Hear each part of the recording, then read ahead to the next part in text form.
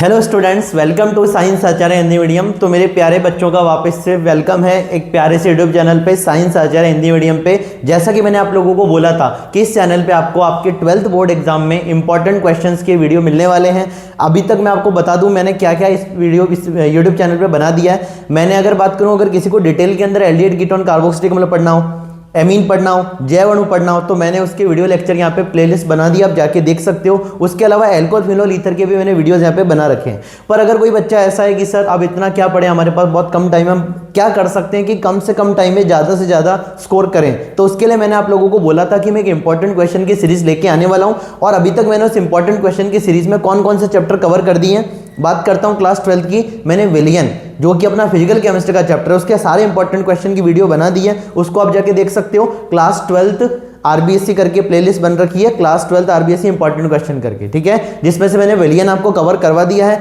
Physical chemistry का एक chapter done है अपना। और अगर मैं बात करूं और मैंने क्या कवर करवा दिया है, डी तथा एफ ब्लॉक के तत्व जो कि अपने इनऑर्गेनिक केमिस्ट्री का चैप्टर है, उसके भी इंपॉर्टेंट क्वेश्चन की वीडियो मैंने आपको इसी यूट्यूब चैनल पर प्रोवाइड कर दी है। उसके अलावा ऑर्गेनिक चैप्टर का जो अपना ऑर्गेनिक का फर्स्ट चैप्टर है हेलो एल्केन तथा हेलो एरिन, उसका भी इंपॉर्टेंट क्वेश्चन की जो वीडियो है, जिसमें से आपको बहुत इंपॉर्टेंट क्वेश्चन देखने को मिलेंगे और हो सकता है बहुत सारे क्वेश्चन एज इट इज भी आपको देखने को मिले। तो हेलो एल्केन हेलो एरिन की वीडियो आ चुकी है, डी तथा एफ ब्लॉक के तत्व की वीडियो आ चुकी है, विलियन की वीडियो आ चुकी है। आज अपन स्टार्ट करने वाले हैं इनऑर्गेनिक केमिस्ट्री का एक और चैप्टर। बात करूं क्लास 12th की, तो क्लास 12th में अपने इनऑर्गेनिक केमिस्ट्री अकार्बनिक रसायन के 2 चैप्टर है, जिसमें से डी तथा एफ ब्लॉक के तत्व की वीडियो मैंने बना दी है इंपॉर्टेंट क्वेश्चन की। आज अपन डिस्कस करने वाले कोऑर्डिनेशन कंपाउंड, नाम है उपसंयोजक यौगिक, उसके इंपॉर्टेंट क्वेश्चन अपन डिस्कस करेंगे जो कि आपको बोर्ड एग्जाम में देखने को मिलेंगे ही मिलेंगे। और एक और बात बता देता हूं, अगर आप इन इंपॉर्टेंट क्वेश्चन की सीरीज को फॉलो करते हो तो हो सकता है आपके 56 में से 50 प्लस नंबर आराम से आ जाए, अगर आप इनको अच्छे से फॉलो करते हो। और आप लोगों के लिए एक और बहुत अच्छी बात है कि मैं आपको इसी चैनल पे एक बहुत बड़ा सरप्राइज देने वाला हूं कुछ ही दिन में, तो इस चैनल पे आपको बने रहना है। बहुत प्यारी प्यारी बातें और बहुत अच्छे अच्छे सरप्राइज लेके आने वाला हूं, ठीक है, पर वो अभी नहीं बताऊंगा, थोड़ा टाइम लगेगा, उसमें हो सकता है 1-2 दिन का समय लगे, पर आपको इस चैनल पे बहुत एक प्यारी सी चीज देखने को मिलने वाली है। अभी के लिए अपन चैप्टर स्टार्ट करते हैं। चैप्टर का नाम है अपना उपसंयोजक यौगिक कोऑर्डिनेशन कंपाउंड। अब देखो इस चैप्टर, ये जो अपना उपसंयोजक यौगिक है इनऑर्गेनिक में, अपन इसको कंसीडर कर लेते हैं। अब बात करते हैं इसमें सबसे पहला सवाल जो कि आरबीएससी 2013 में 2020 में और भी बहुत बार पूछा गया है। क्वेश्चन है उभयदंतुक लिगैंड, उभयदंती या उभयदंतुक, जिसको कि अपन बोलते हैं एम्बीडेंटेड। एम्बीडेंटेड लिगैंड किससे कहते हैं, उदाहरण के साथ बताइए। तो देखो इसको मैंने बहुत पहले वैसे भी बता रखा है, वापस से सुन लो। वह लिगैंड जिसमें एक से अधिक दाता परमाणु हो, क्या बोला मैंने, वह लिगैंड जिसमें एक से अधिक दाता परमाणु हो किंतु एक समय पे एक ही परमाणु क्या करे, लोन पेयर या इलेक्ट्रॉन दान करे, उभयदंतुक लिगैंड कहलाता है। क्या लिखिए डेफिनेशन सुनना, वह लिगैंड जो 2 भिन्न परमाणुओं द्वारा जुड़ सकता है उभयदंतुक लिगैंड कहलाता है। यार ये तो या तो ये डेफिनेशन लिख दो, अथवा वह लिगैंड जिसके पास 2 भिन्न दाता परमाणु हो लेकिन एक बार में एक ही दाता परमाणु उपसंयोजक बना सके, उभयदंतुक लिगैंड कहलाता है। कि सर क्या कहना चाहते हो, कहना ये चाहता हूं मैं, ध्यान से सुनना। अगर मैं बात करूं, मैंने लिखा CN- और एक बार लिखा मैंने NC-, इन दोनों में क्या डिफरेंस है, देखो फॉर्मूला लिखते समय डोनर एटम पहले लिखते हैं, ठीक है, यहाँ पे डोनर एटम कौन है, कार्बन, यहाँ पे डोनर एटम कौन है, नाइट्रोजन। तो फॉर्मूला लिखते समय पे डोनर एटम कहाँ लिखते हैं, पहले लिखते हैं। अब नेगेटिव चार्ज लिगैंड, आप लोगों को पता है नेगेटिव चार्ज लिगैंड में नाम के बीच अपन क्या जोड़ देते हैं, ओ जोड़ देते हैं। CN-, अगर कार्बन पहले लिखा है तो उसको अपन बोलेंगे साइनाइडो, और NC- लिखा अगर नाइट्रोजन पहले लिखा है तो उसको अपन बोलेंगे आइसोसाइनाइडो। तो इस CN में कार्बन भी डोनर एटम की तरह बिहेव करता है, नाइट्रोजन भी बिहेव करता है, पर एक समय पे एक ही देगा, या तो कार्बन या नाइट्रोजन, ठीक है। तो ऐसे लिगैंड को अपन क्या बोल देते हैं, उभयदंतुक लिगैंड अपन बोलते हैं। और उसके कौन कौन से एग्जांपल है जो अपने को पढ़ने हैं, तो फिर से डेफिनेशन सुन लो एक बार। वह लिगैंड जिसमें एक से अधिक दाता परमाणु हो किंतु एक समय पे एक ही परमाणु इलेक्ट्रॉन दान करे, उभयदंतुक लिगैंड कहलाता है, ठीक है। वह लिगैंड जिसके पास 2 भिन्न दाता परमाणु हो लेकिन एक बार में एट ए टाइम, ठीक है, एक बार में एक ही समय पे एक ही दाता परमाणु उपसंयोजक बना सके, उभयदंतुक लिगैंड कहलाता है। CN- क्या बोलेंगे, साइनाइडो। NC- को क्या बोलेंगे, आइसोसाइनाइडो। उसके अलावा NO2-। अब देखो फॉर्मूला लिखते समय डोनर एटम कहां लिखते हैं, पहले लिखते हैं। नाम लिखते समय डोनर एटम कहां लिखते हैं, बाद में लिखते हैं। Donor atom carbon, donor atom nitrogen, donor atom nitrogen, इसमें डोनर एटम ऑक्सीजन, इसमें डोनर एटम ऑक्सीजन, इसमें नाइट्रोजन, इसमें सल्फर और इसमें नाइट्रोजन। अब इनके नाम भी आपको पता होने चाहिए, CN- साइनाइडो, NC- आइसोसाइनाइडो, NO2- को बोलते हैं नाइट्रिटो N, नाइट्रिटो N क्योंकि इसमें डोनर एटम कौन है, नाइट्रोजन। ONO- को लिखते हैं नाइट्रिटो O क्योंकि इसमें डोनर एटम ऑक्सीजन। फॉर्मूला लिखते समय डोनर एटम पहले, नाम लिखते समय डोनर एटम बाद में।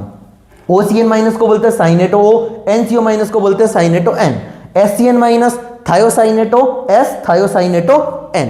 तो ये एक इंपॉर्टेंट क्वेश्चन है। अब देखो बहुत सारे बच्चे ये भी सोच सकते हैं सर एज इट इज देखने को मिलेंगे या कैसे देखने को मिलेंगे। तो देखो मेरी सिंपल सी बात ये है कि देखो क्या हो सकता है, उभयतंतुक लिगेंड, ये एक टॉपिक हो गया। अब या तो वो MCQ देके पूछ सकते हैं आपको, निम्न में से कौन उभयतंतुक लिगेंड है, इस तरह से बना सकते हैं, या क्या कर सकते हैं, वो अभी आपके बोर्ड एग्जाम में फिल इन द ब्लैंक्स करके भी आते हैं, रिक्त स्थानों की पूर्ति कीजिए। तो देखो क्वेश्चन कैसे बनाएंगे, वो वह लिगेंड जिसमें एक से अधिक दाता परमाणु हो किंतु एक समय पे एक ही परमाणु क्या कर सकता है, इलेक्ट्रॉन में दान कर सकता है, उसे डैश डैश डैश कहते हैं। तो उसको क्या बोलते हैं अपन, उभयतंतुक लिगेंड अपन कहते हैं। तो जरूरी नहीं है आपको ये सवाल देखने को मिले, हो सकता है MCQ में दे दे, फिल इन द ब्लैंक्स में दे दे, 1 मार्क्स का दे दे, 2 मार्क्स का दे दे, कैसे भी करके वो दे सकता है। बस मैं ये बता रहा हूं उभयतंतुक लिगेंड से हो सकता है क्वेश्चन आ जाए, ठीक है ना। तो यहाँ पे ये नहीं सोचना है कि सर एज इट इज भी देखने को मिलेंगे बहुत सारे क्वेश्चन, पर हो सकता है थोड़ा सा आपको घुमा के भी पूछ ले। पर अगर आप इन क्वेश्चन को अच्छे से फॉलो करते हो, अच्छे से समझते हो कॉन्सेप्ट को, तो आप कहोगे कि हाँ सर हमारे 56 में से 50 प्लस आराम से आ सकते हैं, ठीक है ना। क्योंकि रिपीटेडली अपने पिछले साल भी ऐसा ही हुआ था, आगे भी ऐसा होएगा, ठीक है। तो देखते जाना, अगला क्वेश्चन अपन डिस्कस करते हैं। K3Fe2O4 संकुल में केंद्रीय धातु परमाणु की ऑक्सीकरण अवस्था तथा उप संयोजक संख्या बताइए। तो देखो K3Fe2O4, K3Fe2O4, ठीक है। अब इसमें अपने को केंद्रीय धातु परमाणु, जो कि यहाँ पे अपने पास कौन है, आयरन है, क्या बताना है, उसमें केंद्रीय धातु परमाणु का ऑक्सीकरण अवस्था तथा उपसंयोजक संख्या। तो पहले ऑक्सीकरण संख्या बताते हैं। 1 पोटेशियम का ऑक्सीकरण अंक +1, कितने पोटेशियम है 3, आयरन का निकालना है तो क्या मानेंगे अपन, X मानेंगे। अब C2O4 ये होता है अपना ऑक्सिलेटो, और ऑक्सिलेटो में C2O4 पे चार्ज कितना होता है, -2। तो 1 C2O4 पे -2, कितने C2O4 है, 3 C2O4 है। पूरे मॉलिक्यूल पे चार्ज कितना है, पूरे मॉलिक्यूल पे चार्ज है 0। तो 3 1 जा 3 +3 + x + माइनस 3 2 जा 6 इज इक्वल टू 0। -6 और +3 -3। अब ये -0 जाके क्या बन जाएगा, +3। तो यहाँ पे आयरन का ऑक्सीकरण कितना आ रहा है, +3, जो कि यहाँ पे अपने को देखने को मिल रहा है। अब ये उपसंयोजक संख्या क्या होती है, तो लिगेंड, देखो ध्यान से सुनना, लिगेंड जितने उपसंयोजक बंध से बंधित रहता है, लिगेंड जितने केंद्रीय धातु परमाणु से उपसंयोजक बंध बनाता है, उसे ही अपन क्या बोल देते हैं, उपसंयोजक संख्या या समन्वय संख्या या कोऑर्डिनेशन नंबर अपन उसको बुलाते हैं। अब आप लोगों को एक बात पता होनी चाहिए, C2O4 कैसा लिगेंड है, ये द्वितंतुक लिगेंड है। एक बार में कितने बॉन्ड बनाता है, एक लिगेंड 2 बॉन्ड बना रहा है। कितने लिगेंड है यहाँ पे, 3। देखो C2O4 एक द्वितंतुक लिगेंड का उदाहरण है। एक C2O4 मतलब अपना ऑक्सिलेटो 2 बॉन्ड बनाता है, 2 उपसंयोजक बंध बनाता है, तो 3 कितने बनाएंगे, 6 बनाएंगे। तो इसकी उपसंयोजक संख्या कितनी हो गई, 6, ठीक है ना। ये क्वेश्चन डन होना चाहिए आपको। ऑक्सीकरण संख्या जो कि +3 आ रही है, और उपसंयोजक संख्या जो कि अपनी 6 आ रही है। अरे डन है बात, या बना के बताऊं एक बार, देखो इसको देख लो, चलो C2O4 ऑक्सिलेटो, C2O4-2, इसको अपन ऑक्सिलेटो बोलते हैं। इसमें 2 कार्बन, कितने ऑक्सीजन है, टोटल 4 ऑक्सीजन है, जिसमें से 2 डबल बॉन्डेड से और 2 सिंगल बॉन्ड से, ठीक है। O पे नेगेटिव, O पे नेगेटिव। अब जब इन दोनों को अपन बोलते हैं इस लिगेंड को कि उपसंयोजक बंध बनाओ, तो ये क्या करता है, ये दोनों ऑक्सीजन क्या करते हैं, धातु से उपसंयोजक बंध बनाते हैं, ठीक है, लोन पेयर देखिए। अब देखो एक लिगेंड कितने बॉन्ड बना रहा है, 2 बना रहा है, और ऐसे कितने हैं, 3 है। एक 2 बॉन्ड बना रहा है तो 3 कितने बनाएंगे, 6 बनाएंगे। तो इसकी उपसंयोजक संख्या हो गई 6, ठीक है। तो अपन ने फर्स्ट और सेकंड क्वेश्चन डिस्कस कर लिया। अब देखो एक और बात जो है कि जो प्राथमिक या मुख्य संयोजकता होती है, अब ये वर्नर के अकॉर्डिंग मैं बात कर रहा हूं। वर्नर जी नाम के एक अपने पास साइंटिस्ट थे जिन्होंने बोला था कि कोई भी धातु, कोई भी उपसंयोजक संकुल में धातु 2 प्रकार की संयोजकताएं प्रदर्शित करती है। एक को उन्होंने बोला प्राथमिक संयोजकता, एक को बोला द्वितीयक संयोजकता। अब प्राथमिक संयोजकता का एक और नाम है, प्राथमिक को अपन मुख्य संयोजकता बुलाते हैं, प्राथमिक संयोजकता या मुख्य संयोजकता, और द्वितीयक को अपन बोलते हैं सहायक संयोजकता। अब देखो प्राथमिक द्वितीयक तो लोगों को पता होता है, आपको प्राथमिक का एक और नाम याद रखना है मुख्य, और द्वितीयक का एक और नाम याद रखना है सहायक। तो प्राथमिक या मुख्य संयोजकता किसके बराबर होती है, ऑक्सीकरण संख्या के ऑक्सीडेशन नंबर के बराबर होती है। अब अगर अपन किसी भी उपसंयोजक यौगिक की क्या निकाल लें, ऑक्सीकरण संख्या निकाल ले, तो जो उसकी ऑक्सीकरण संख्या आई है वो वर्नर के अकॉर्डिंग प्राथमिक संयोजकता या मुख्य संयोजकता है। और जब अपन उसका कोऑर्डिनेशन नंबर निकाल लें, समन्वय संख्या या उपसंयोजक संख्या निकाल लें, तो वो क्या हो, इसकी द्वितीयक या सहायक संयोजकता, ठीक है। इतनी बात भी अपने को आनी चाहिए। आगे बात करते हैं इंपॉर्टेंट कंपाउंड। देखो इंपॉर्टेंट क्वेश्चन, समपक्ष मतलब सिस, COCl2 EN होल्ड ट्वाइस, ठीक है। EN क्या है अपना, इथाइलिन डायमीन, और Cl तो अपना क्लोराइडो लिगैंड है, ये कोबाल्ट अपना, तथा फलकीय CONH3 whole thrice NO2 whole thrice समावयवियों की संरचना सूत्र लिखी है। RBC 2013 का सवाल है, सुनते जाना। पहले अपन बनाते हैं समपक्ष और विपक्ष। अब देखो सिस ट्रांस में अपने को सिर्फ एक बात ध्यान रखनी है, सिस ट्रांस अगर आपको समावयवी बनाने हैं तो क्या करना है, देखो यहाँ पे अगर मैं बात करूँ दोनों क्लोरीन के बीच कितना एंगल है, बता सकते हो? यहाँ पे दोनों क्लोरीन के बीच कितना एंगल है, तो यहाँ पे 90 डिग्री एंगल। इसको ऐसे समझो कि ये वर्ग समतलीय संरचना है, मतलब एक ही वर्ग में इधर और उधर, एक ऐसे समझ लो, एक कॉपी ले लो, उसमें चारों कोनों पे एक एक लिगैंड बैठा है, ठीक है। अब मैं बात करूं तो देखो यहाँ पे कितना एंगल होगा, यहाँ पे दोनों क्लोरीन के बीच में होगा 90 डिग्री का एंगल, और ये दोनों क्लोरीन क्या एक दूसरे के आमने सामने, यहाँ पे दोनों क्लोरीन के बीच में कितना एंगल होगा 180 डिग्री। तो यहाँ पे दोनों क्लोरीन के बीच 90 डिग्री का एंगल है, यहाँ पे दोनों क्लोरीन के बीच 180 डिग्री एंगल है, तो 90 डिग्री वालों को अपन क्या बोलेंगे, सिस बोलेंगे, और 180 डिग्री वाले को अपन क्या बोलेंगे, ट्रांस बोलेंगे। तो इसको कैसे लिखा अपन ने, तो ये अपना सिस हो गया, ये अपना ट्रांस हो गया। ट्रांस क्यों, क्योंकि दोनों क्लोरीन के बीच कितना एंगल 180, यहाँ पे दोनों क्लोरीन के बीच कितना एंगल 90, तो अपन ने इसका समपक्ष जिसको कि अपन सिस बोलते हैं और विपक्ष जिसको कि अपन ट्रांस बोलते हैं दोनों बना दिए।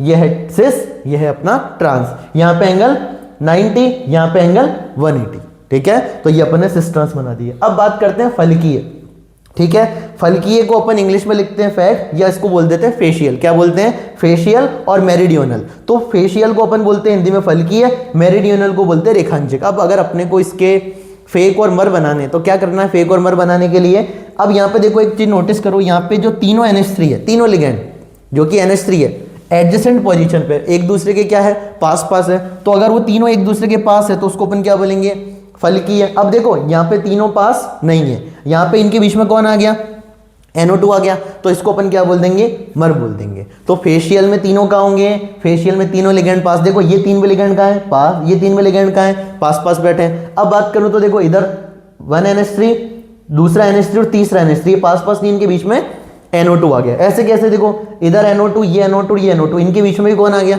NH3 आ गया। तो इसको अपन बोलेंगे मर और इसको अपन बोलेंगे फेशियल, ठीक है। ये इंपॉर्टेंट क्वेश्चन है आपके NCERT का, आपको बना के आना चाहिए। सिस ट्रांस फेक मर, ठीक है। फेशियल मेरिडियोनल, फेशियल को हिंदी में बोलते हैं फलकीय, मेरिडियोनल को बोलते हैं रेखांशिक। सिस को बोलते हैं समपक्ष, ट्रांस को बोलते हैं विपक्ष। सिस में एंगल 90, ट्रांस में एंगल 180। इतनी बात आपको पता होनी चाहिए, ठीक है। अगला क्वेश्चन पे मूव करते हैं। धातुओं के शुद्धिकरण क्षेत्र में उपसंयोजी यौगिक के अनुप्रयोग के उदाहरण के साथ समझाइए। सेकंड क्वेश्चन है उपसंयोजी यौगिक AgNH3 होल ट्वाइस और AgCN होल ट्वाइस का IUPAC नाम दीजिए। और थर्ड, तो अब अपन देखो सबसे पहले थर्ड नहीं, दो ही क्वेश्चन है इसमें और भी, तो एक क्वेश्चन डिस्कस करते हैं, सुनते जाना ध्यान से। उत्कृष्ट धातु, अब उत्कृष्ट धातु किसको कहते हैं, सिल्वर तथा गोल्ड, ठीक है। उत्कृष्ट धातु अपन किसको बोलते हैं, सिल्वर तथा गोल्ड। देखो सुनना ध्यान से, यहाँ पे मैं नोबल मेटल नहीं बोल रहा हूँ, उत्कृष्ट गैसेस नहीं बोल रहा हूँ, यहाँ पे बोल रहा हूँ उत्कृष्ट धातु। तो उत्कृष्ट धातु कौन होती है, सिल्वर तथा गोल्ड, ये ध्यान रखना इंपॉर्टेंट बात है। उत्कृष्ट धातु जैसे सिल्वर तथा गोल्ड, उनके अयस्कों से निष्कर्षण उनके साइनाइड संकुल जो कि AgCN होल ट्वाइस माइनस तथा AuCN होल ट्वाइस माइनस। देखो ये सिल्वर का क्या हुआ, साइनाइड संकुल, ये गोल्ड का क्या हुआ, साइनाइड संकुल के निर्माण से किया जा सकता है कि अगर अपन को धातुओं का शुद्धिकरण करना है तो अपन क्या बना सकते हैं, उनके संकुल से उनका शुद्धिकरण कर सकते हैं। AgCN whole twice, AuCN whole twice, तो ये किसका संकुल है, ये सिल्वर का संकुल है और ये अपने गोल्ड का संकुल है, ठीक है। अब आगे रिएक्शन सुनना ध्यान से। अपने जब Ag2S सिल्वर सल्फाइड की रिएक्शन किससे करवाई, NaCN से, NaCN अपना सोडियम साइनाइड, तो क्या देखने को मिलेगा, NaAgCN होल ट्वाइस। अब इसका अगर अपने को नाम लिखना है तो ये अपना क्या हो गया, Na अपना सोडियम, और आप लोगों को नाम लिखते समय एक छोटी सी बात याद रखनी है, धनायन का नाम सबसे पहले लिखते हैं, और यहाँ पे धनायन कौन है, सोडियम, तो सबसे पहले अपन ने नाम लिख लिया सोडियम। अब CN को अपन बोलते हैं साइनाइडो या साइनो, कितने हैं वो, दो, तो अपन ने लिख दिया डाइसाइनो या डाइसाइनाइडो। और मैंने कहा था ऋणात्मक जो संकुल होता है, अगर नेगेटिव कॉम्प्लेक्स है, अगर ऐसा संकुल जिसके ऊपर कौन सा चार्ज है, नेगेटिव चार्ज है, तो धातु के नाम के पीछे क्या लग जाता है, ATE8 लग जाता है। अब यहाँ पे सिल्वर को अपन अर्जेंट, इसको क्या बोल देंगे, Ag को बोलेंगे अपन अर्जेंटेट, क्या बोलेंगे, अर्जेंटेट, तो नाम बन गया इसका सोडियम डाइसाइनो अर्जेंटेट फर्स्ट, ठीक है। अब यहाँ पे देखो एक और बात जो आपको पता होनी चाहिए, यहाँ पे अपन ने अगर अपने को निकालना है कि Ag की ऑक्सीकरण संख्या कैसे निकालेंगे, तो देखो Na, ध्यान देना इधर, NaAgCN होल ट्वाइस, ठीक है। ये अपने पास क्या है, एक संकुल दे रखा है NaAgCN होल ट्वाइस। अब इसमें अपने को किसकी, सिल्वर की ऑक्सीकरण संख्या निकालनी है। अब सोडियम की अपने को पता है क्या होती है, +1, ठीक है। ये अपने पास क्या हुई, क्षार धातु, क्षार धातुओं की ऑक्सीकरण संख्या हमेशा क्या होती है, +1। क्षारीय मृदा धातु की हमेशा क्या होती है, +2, तो +1। सिल्वर का निकालना था, क्या माना, x, एक CN पे चार्ज -1, कितने CN है यहाँ पे 2, तो -1 × 2। पूरे मॉलिक्यूल पे चार्ज या पूरे कंपाउंड पे चार्ज कितना है, 0, +1 + x प्लस माइनस अपना -2 1 जा 2 इज इक्वल टू 0, -2 और +1 -1, इसको उधर भेजेंगे क्या बन जाएगा, +1। तो यहाँ पे सिल्वर की ऑक्सीकरण संख्या क्या आ गई, +1, जिसको कि अपन रोमन नंबर में लिखते हैं। ठीक है, आगे देखो क्या करा, जो अपना कंपाउंड बना NaAgCN होल्ड ट्वाइस, इसकी रिएक्शन किससे करवा दी, जिंक से करवा दी। देखो सुनते जाना, NaAgCN whole twice, sodium dicyano argentate first की रिएक्शन मैंने करवा दी जिंक के साथ में, तो अपने को कंपाउंड देखने को मिला Na2ZnCN4। ठीक है, Na2ZnCN4। ठीक है, अब यहाँ पे देखो जिंक ने Ag, देखो यहाँ से Ag को क्या कर लिया अपन ने, रिमूव कर लिया, और अपने को क्या था, अपने को धातुओं का शुद्धिकरण करना था, और मेरे को कौन सी धातु का शुद्धिकरण करना था, यहाँ पे सिल्वर। सिल्वर किस फॉर्म में मिल रहा था मेरे को, सिल्वर सल्फाइड के फॉर्म में मिल रहा था, Ag2S के फॉर्म में। मैंने क्या किया, पहले उसका उपसंयोजक यौगिक बनाया, फिर उसके उपसंयोजक यौगिक की रिएक्शन किससे करवा दी, जिंक से करवा दी, तो क्या हुआ, अपने को प्योर सिल्वर यहाँ पे देखने को मिली। तो कोई बोले ना उपसंयोजक यौगिक का कोई महत्व बताइए, तो आप कह सकते हो कि हम धातुओं का शुद्धिकरण कर सकते हैं।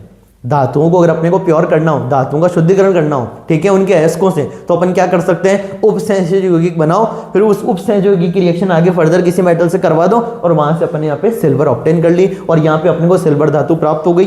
ठीक है, यही तो अपने को करना था। सिल्वर किसके साथ था, सल्फर के साथ, आज अपन ने उसको ऑब्टेन कर लिया प्योर फॉर्म में। धन्यवाद दीप्ति। अब देखो इसका एक और क्वेश्चन, जो कि ये वाला अथवा करके एक और आंसर है, जो आपको थोड़ा इजी लग सकता है शायद इसके कंपैरिजन में। वैसे तो ये भी इजी था, कुछ भी लिख सकते हो आप। धातुओं का शुद्धिकरण उनके संकुल बनाकर, ऊपर भी संकुल ही बनाया था अपन ने, ठीक है, धातुओं का शुद्धिकरण उनके संकुल बनाकर तथा उससे पुनः विघटित करके किया जा सकता है। पहले संकुल बनाओ और फिर संकुल को तोड़ दो। ठीक है, उदाहरणार्थ, अब उदाहरण ले रहे हैं यहाँ पे, अशुद्ध निकेल को NiCO4 में परिवर्तित किया जाता है। अशुद्ध निकेल को पहले किस में कन्वर्ट कर लो, NiCO4 में परिवर्तित किया जा सकता है, तथा इसे अपघटित करके शुद्ध निकेल प्राप्त कर लेते हैं। निकेल धातु शोधन के मॉन्ड प्रक्रम से संबंधित रासायनिक अभिक्रिया अथवा निकेल के परिष्करण की विधि, कि निकेल को अपन कैसे ऑब्टेन कर सकते हैं, निकेल को कैसे प्राप्त कर सकते हैं, या अशुद्ध निकेल को, अशुद्ध निकेल कहने का मतलब है निकेल के साथ और भी चीजें हैं, ठीक है, Na के साथ में और भी चीजें हैं, तो अपन उसको कैसे प्योर कर सकते हैं। तो इस प्रक्रम को अपन मॉन्ड प्रोसेस बोलते हैं, मॉन्ड प्रक्रम बोलते हैं। क्या है ये, अपने पास जो निकेल थी अशुद्ध थी, पहले कैसी थी, निकेल अशुद्ध थी, उसकी रिएक्शन किससे करवा दी अपन ने, कार्बोनिल से करवा दी। टेम्परेचर ध्यान रखना, 330 से 350, 330 to 350 केल्विन, 330 से 350 केल्विन पे करवाई। तो पहले अपने को देखने को मिला एक कोऑर्डिनेशन कंपाउंड NiCO4, इसका नेम है tetra carbonyl nickel 0, IUPAC name बोल रहा हूं, टेट्रा, क्योंकि कितने 4, CO को अपन बोलते हैं कार्बोनिल, तो टेट्रा कार्बोनिल निकेल और 0, और यहाँ पे ऑक्सीकरण क्या होगा, निकेल का 0 होगा, क्योंकि मैंने आप लोगों को बोला है कि ज्यादातर केस में जो कार्बोनिल अपना अगर लिगेंड है, तो वहां पे अपने को धातु का ऑक्सीकरण कितना देखने को मिलता है, 0 देखने को मिलता है। तो यहाँ पे निकेल का ऑक्सीकरण कितना है, 0, टेट्रा कार्बोनिल निकेल 0। ठीक है, अब जो अपना NiCO4 बना, उस NiCO4 की अभिक्रिया फिर से अपन ने करवा दी। पहले टेम्परेचर था 330 से 350, अब हम दे रहे 450 से 470। याद रखना, इधर 350 इधर 450, तो 450 से 470 केल्विन। तो ये NiCO4 को अपन तोड़ लेंगे किसमें, निकेल में और 4CO में। 4CO गया, पीछे क्या बचा अपना निकेल। पहले निकेल कैसा था, अशुद्ध, अब Na कैसा है, शुद्ध। तो अपन ने अशुद्ध निकेल का, देखो सुनना, लिखना कैसे, अशुद्ध निकेल की अभिक्रिया कार्बोनिल से करवाई अपन ने, और एक संकुल बना लिया या उपसंयोजक यौगिक बना लिया। उस उपसंयोजक यौगिक को अपन और ज्यादा तापमान देते और तोड़ देते हैं शुद्ध निकेल में और 4CO में। तो यही तो लैंग्वेज लिखी थी, धातुओं का शुद्धिकरण उनके संकुल बनाकर तथा उसे पुनः विघटित करके किया जा सकता है। उदाहरणार्थ, अशुद्ध निकेल को पहले NiCO4 में परिवर्तित कर लो, फिर उसे NiCO4 को तोड़ दो और शुद्ध निकेल यहाँ पे अपन प्राप्त कर सकते हैं। ठीक है, आगे एक क्वेश्चन दिया है अपने को, AgNH3 hold twice AgCN hold twice का IUPAC नाम लिखना है अपने को। ठीक है, अब पहले अपन किसका नाम लिखते हैं, धनायनिक संकुल का, और ये अपना धनायनिक संकुल है। ठीक है, अब इसमें देखो सबसे पहले अपन लिखते हैं लिगेंड का नाम, फिर लिखते हैं लिगेंड की संख्या, फिर लिखते हैं धातु का नाम, और फिर लिखते हैं धातु का ऑक्सीकरण। क्या बोला मैंने, सबसे पहले, वैसे तो देखो अगर कोई उपसंयोजक यौगिक है तो सबसे पहले धनायन का नाम लिखते हैं। फिर मान लो कोई डब्बा है, उस डब्बा मतलब उपसंयोजक यौगिक है ना, अब यहाँ पे मत कहना डब्बा मतलब क्या, उपसंयोजक यौगिक। तो उपसंयोजक यौगिक में अपन सबसे पहले लिखते हैं लिगेंड की संख्या, फिर लिखते हैं लिगेंड का नाम, फिर लिखते हैं वहां पे केंद्रीय धातु का नाम, और फिर केंद्रीय धातु के बगल में लिखते हैं उसका ऑक्सीकरण। ठीक है, तो अब यहाँ पे देखो NH3, अब NH3 को अपन क्या बोलते हैं, NH3 को बोलते हैं अपन अमीन। क्या बोलते हैं, अमीन। तो एमीन कितने यहाँ पे 2, तो यहाँ पे अपने लिख दिया डाईअमीन, और Ag को अपन बोलेंगे सिल्वर, क्योंकि धनायनिक संकुल है। कैसा संकुल है, धनायनिक। कि सर पता कैसे चला, ये भी बता दो, तो सुनो फिर ध्यान से। AgNH3 होल ट्वाइस, ठीक है, AgNH3 होल ट्वाइस और AgCN whole twice, AgCN whole twice. अब यहाँ पे एक चीज नोटिस करो आप, देखो सिल्वर जो होता है ना, सिल्वर जब उसका कोऑर्डिनेशन नंबर, ध्यान से सुनना, अगर सिल्वर का कोऑर्डिनेशन नंबर यहाँ पे कितना है, 2 है, सिल्वर का अगर कोऑर्डिनेशन नंबर 2 है तो उसका ऑक्सीजन कितना होगा, +1। तो यहाँ पे सिल्वर +1 में है, एक साइनाइड पे कितना चार्ज होता है, -1, तो 2 पे क्या चार्ज होगा, -2। अब देखो +1 और -2 कितना होगा, -1, मतलब ये पूरा डब्बा क्या लेके बैठा है, -1 लेके बैठा है। इसका मतलब ये पूरा डब्बा क्या लेके बैठा है, ये +1 लेके बैठा होगा, ठीक है। तो यहाँ पे अब देखो एक और जो चीज नोटिस करने वाली वो ये है, अब ये अपने को थोड़ा देखो, इस चीज से अपनी काफी हेल्प हो जाएगी। अगर किसी धातु का कोऑर्डिनेशन नंबर 2 अथवा 4 है, अगर किसी धातु का कोऑर्डिनेशन नंबर 2 अथवा 4 है तो धातु का ऑक्सीकरण कितना होगा, +1 होगा। बताओ यहाँ पे इस सिल्वर का कोऑर्डिनेशन नंबर, इस सिल्वर का कोऑर्डिनेशन नंबर कितना होगा, 2 होगा, क्योंकि यहाँ पे 2 साइनाइड है। यहाँ पे भी सिल्वर का कोऑर्डिनेशन नंबर कितना होगा, 2 होगा। तो इन दोनों में कोऑर्डिनेशन नंबर कितना है, 2-2 है। तो मैं कहूंगा यहाँ पे सिल्वर का ऑक्सीकरण क्या आएगा, +1 आएगा। क्या आएगा, +1। अब सुनना देखो एक बार वापस से बात, इस सिल्वर का ऑक्सीकरण +1, इस सिल्वर का ऑक्सीकरण +1। अब ये NH3 एक प्रकार का उदासीन लिगेंड है, तो इस पे तो कोई चार्ज होगा नहीं, 0 × 2 0। तो इस जो सिल्वर पे चार्ज है वही पूरे डब्बे पे चार्ज होगा, +1, ठीक है। इस पूरे डब्बे पे +1 तो इस पूरे डब्बे पे -1, जो कि आ भी रहा है, सिल्वर पे +1 और CN पे -2, +1 और -2 -1, तो इस डब्बे पे -1, ध्यान देना, इस डब्बे पे अपना -1, इस डब्बे पे अपना +1। और धनात्मक डब्बे का नाम अपन क्या लिखेंगे, धनात्मक संकुल का नाम पहले लिखेंगे, ऋणात्मक संकुल का नाम बाद में लिखेंगे। तो अपन ने क्या करा, देखो डाइअमीन सिल्वर फर्स्ट, डाइसाइनाइडो या साइनो अर्जेंटेट फर्स्ट। यहाँ पे Ag को अपन ने अर्जेंटेट लिखा है क्योंकि ये ऋणायनिक संकुल है। यहाँ पे Ag को अपन ने सिल्वर लिखा है क्योंकि ये धनात्मक संकुल है, ठीक है। ये बात पता होनी चाहिए अपने को। ऋणायनिक संकुल में जो धातुएं होती है, जिंक बन जाता है जिंकेट, एल्यूमिनियम बन जाता है एल्यूमिनेट, ठीक है, और अपना सिल्वर बन जाता है अर्जेंटेट, गोल्ड बन जाता है अपना ऑरेट, प्लेटिनम बन जाता है प्लेटिनेट। ये बातें भी अपन ने कर रखी है, ठीक है। तो ये ऋणात्मक संकुल है, तो यहाँ पे बन गया डाइसाइनाइडो अर्जेंटेट फर्स्ट, ठीक है। डाइअमीन सिल्वर फर्स्ट, डाइसाइनाइडो अर्जेंटेट फर्स्ट, इतनी बात अपने को पता होनी चाहिए। तो मेटल देखो, सुनना ध्यान से, अगर धातु का कोऑर्डिनेशन नंबर 2 अथवा 4 है तो ऑक्सीकरण अवस्था कितनी होगी, +1 होगी। अगर धातु का कोऑर्डिनेशन नंबर उपसंयोजक संख्या 4 अथवा 6 है तो ऑक्सीकरण कितना होगा, +2। और तीसरी बात, अगर धातु का कोऑर्डिनेशन नंबर 6 है तो ऑक्सीकरण अवस्था कितनी होगी, +3। अब ये एक छोटा सा, इसके बेसिस पे अपन क्या कर सकते हैं, आसान तरीके से निकाल सकते हैं। जैसे अपने को यहाँ पता चला कोऑर्डिनेशन नंबर कितना था, 2-2, तो अपन ने कह दिया धातु का ऑक्सीकरण कितना होगा, +1, ठीक है। अब पैलेडियम और प्लेटिनम, ठीक है, पैलेडियम और प्लेटिनम, अब इनके लिए तो देखो एक बात फिक्स है। क्या बात फिक्स है, अगर अपने पास पैलेडियम और प्लेटिनम है, अगर अपनी केंद्रीय धातु परमाणु PD या PT में से कोई है, पैलेडियम अथवा प्लेटिनम में से कोई है, तो PD PT के केस में क्या होगा, अगर कोऑर्डिनेशन नंबर 4 है तो ऑक्सीकरण +2 और कोऑर्डिनेशन नंबर 6 है तो ऑक्सीकरण +4। ये हमेशा अपने को देखने को मिलेगा। अगर PD PT में कोऑर्डिनेशन नंबर 4 तो ऑक्सीकरण संख्या +2 और कोऑर्डिनेशन नंबर 6 तो ऑक्सीकरण संख्या +4, ठीक है। ये अपने काफी काम आने वाला है। अब बात करते हैं अपन द्विलवण तथा संकुल में क्या अंतर है, उदाहरण के साथ बताइए। देखो आप लोगों को एक बात पता होनी चाहिए कि अपने पास जो लवण होते हैं वो कितने प्रकार के होते हैं। अगर बात करूं तो लवण 3 प्रकार के, साधारण लवण, द्विक लवण, संकुल लवण। साधारण लवण कौन, जिसमें एक धनायन एक ऋणायन। क्या बोला मैंने, साधारण लवण वो लवण होते हैं जिसमें एक धनायन अथवा एक ऋणायन होता है। जैसे अपना NaCl, उसमें एक धनायन एक ऋणायन, Na+ और Cl-। CH2 की बात करें, यहाँ पे एक धनायन और एक ऋणायन, कहने का मतलब है एक ही प्रकार का धनायन और एक ही प्रकार का ऋणायन, ठीक है।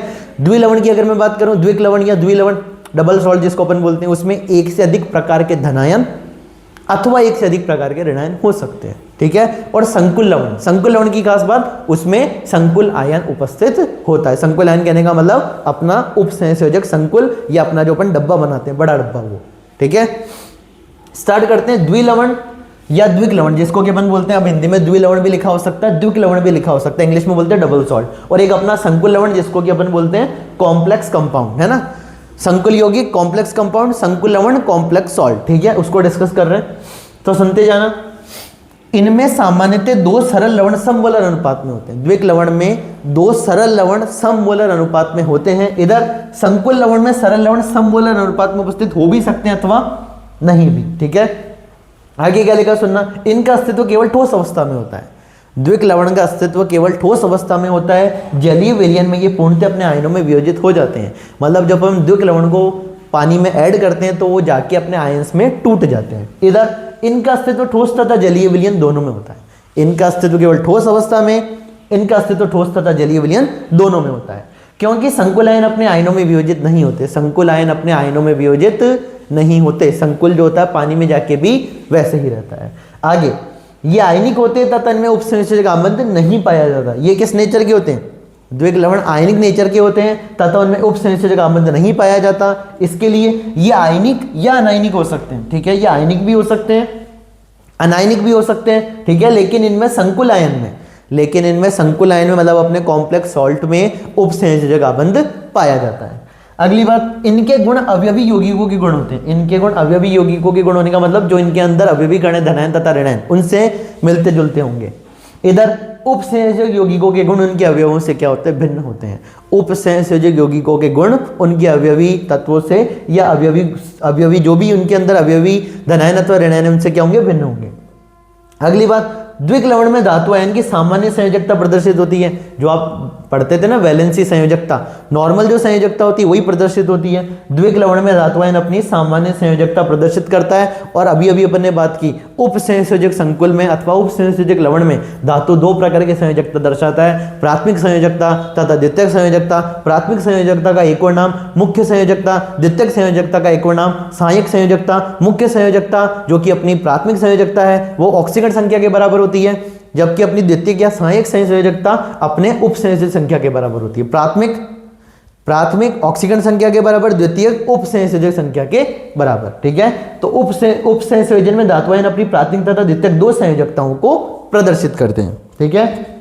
आगे, द्विक लवण विलयन में अपनी पहचान खो देते हैं। द्विक लवण विलयन में अपनी पहचान खो देते हैं। उपसंयोजक यौगिक की पहचान उनके विलयन में बनी रहती है। कि सर ये जो इतने सारे आपने पॉइंट बताए, एग्जांपल बता दो। तो सबसे फेमस एग्जांपल जो कि आपको हर कोई देता है K4FeCN6, ठीक है।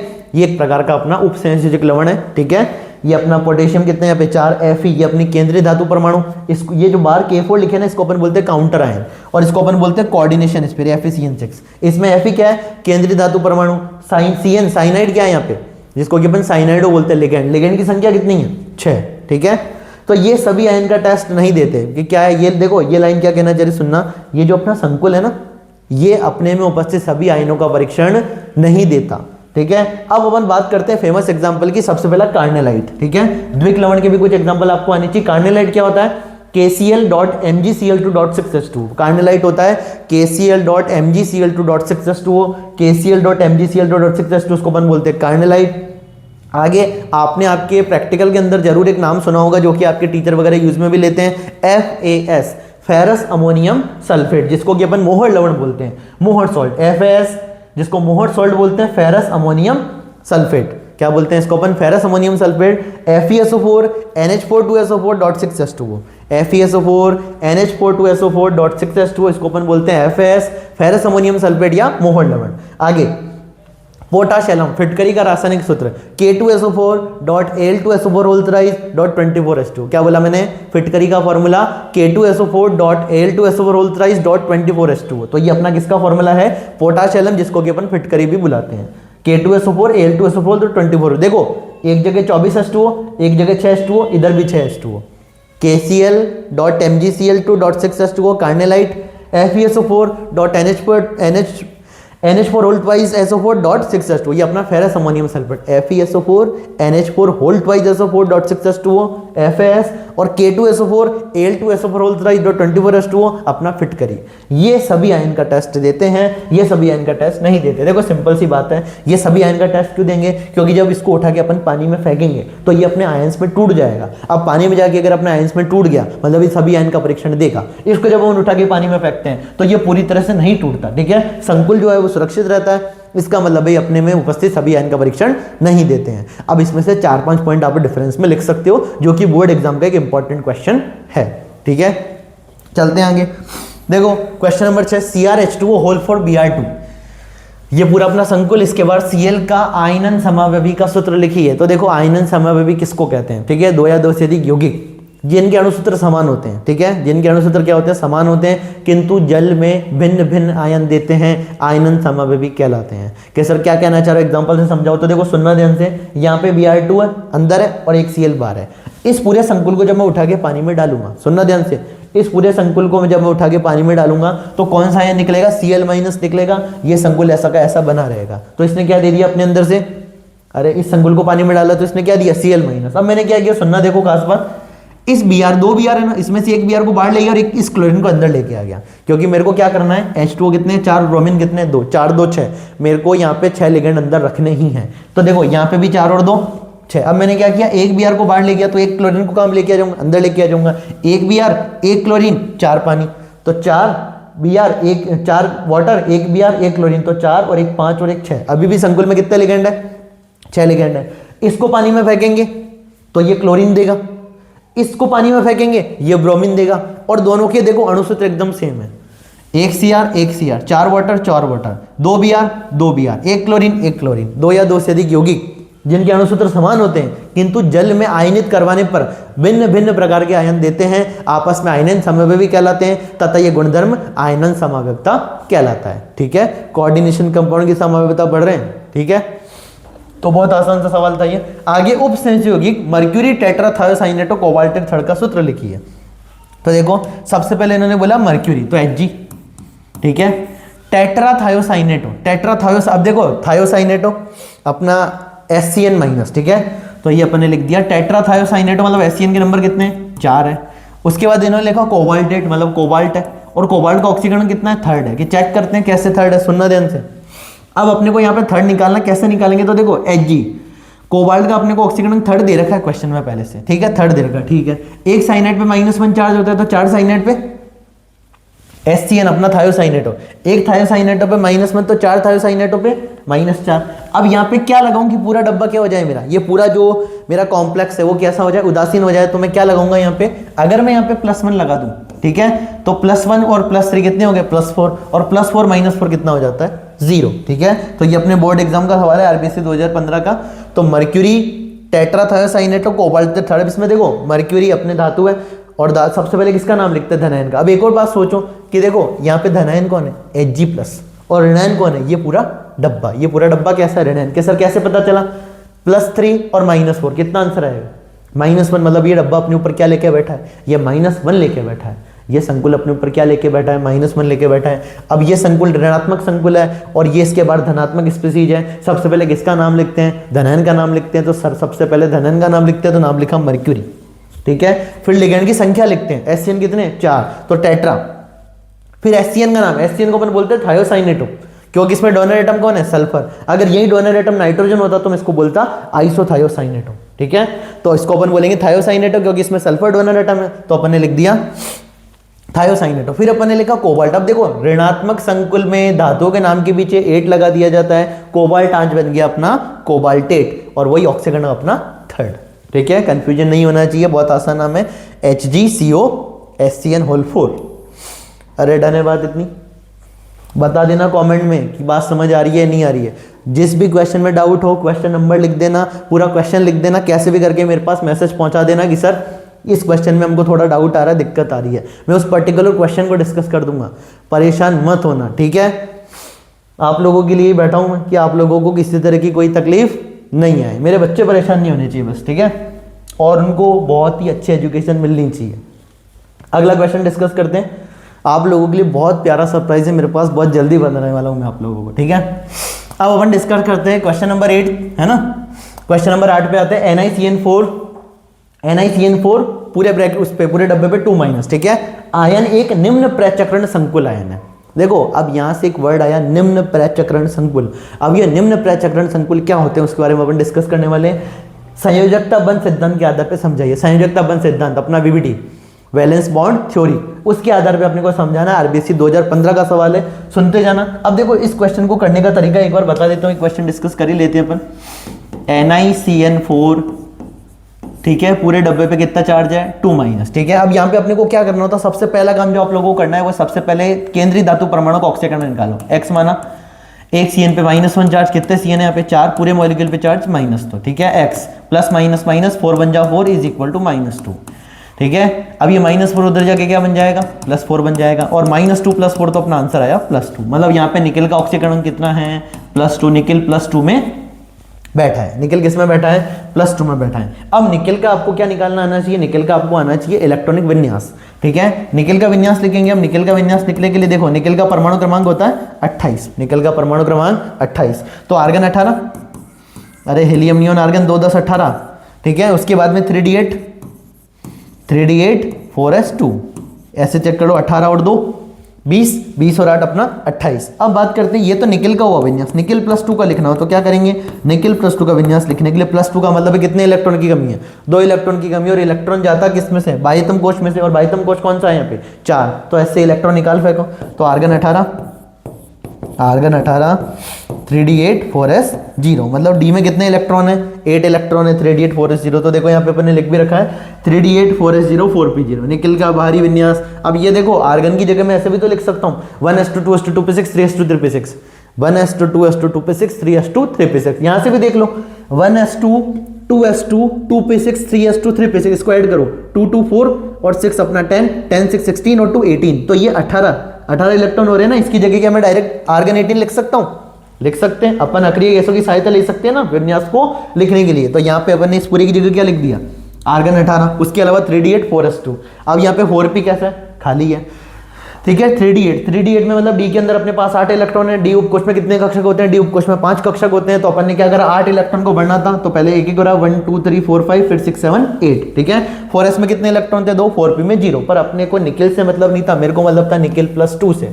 निकल +2 बनाने के लिए मैंने S से 2 इलेक्ट्रॉन उड़ा दिए। तो S से 2 इलेक्ट्रॉन उड़ गए तो 3d8 4s0 4p0।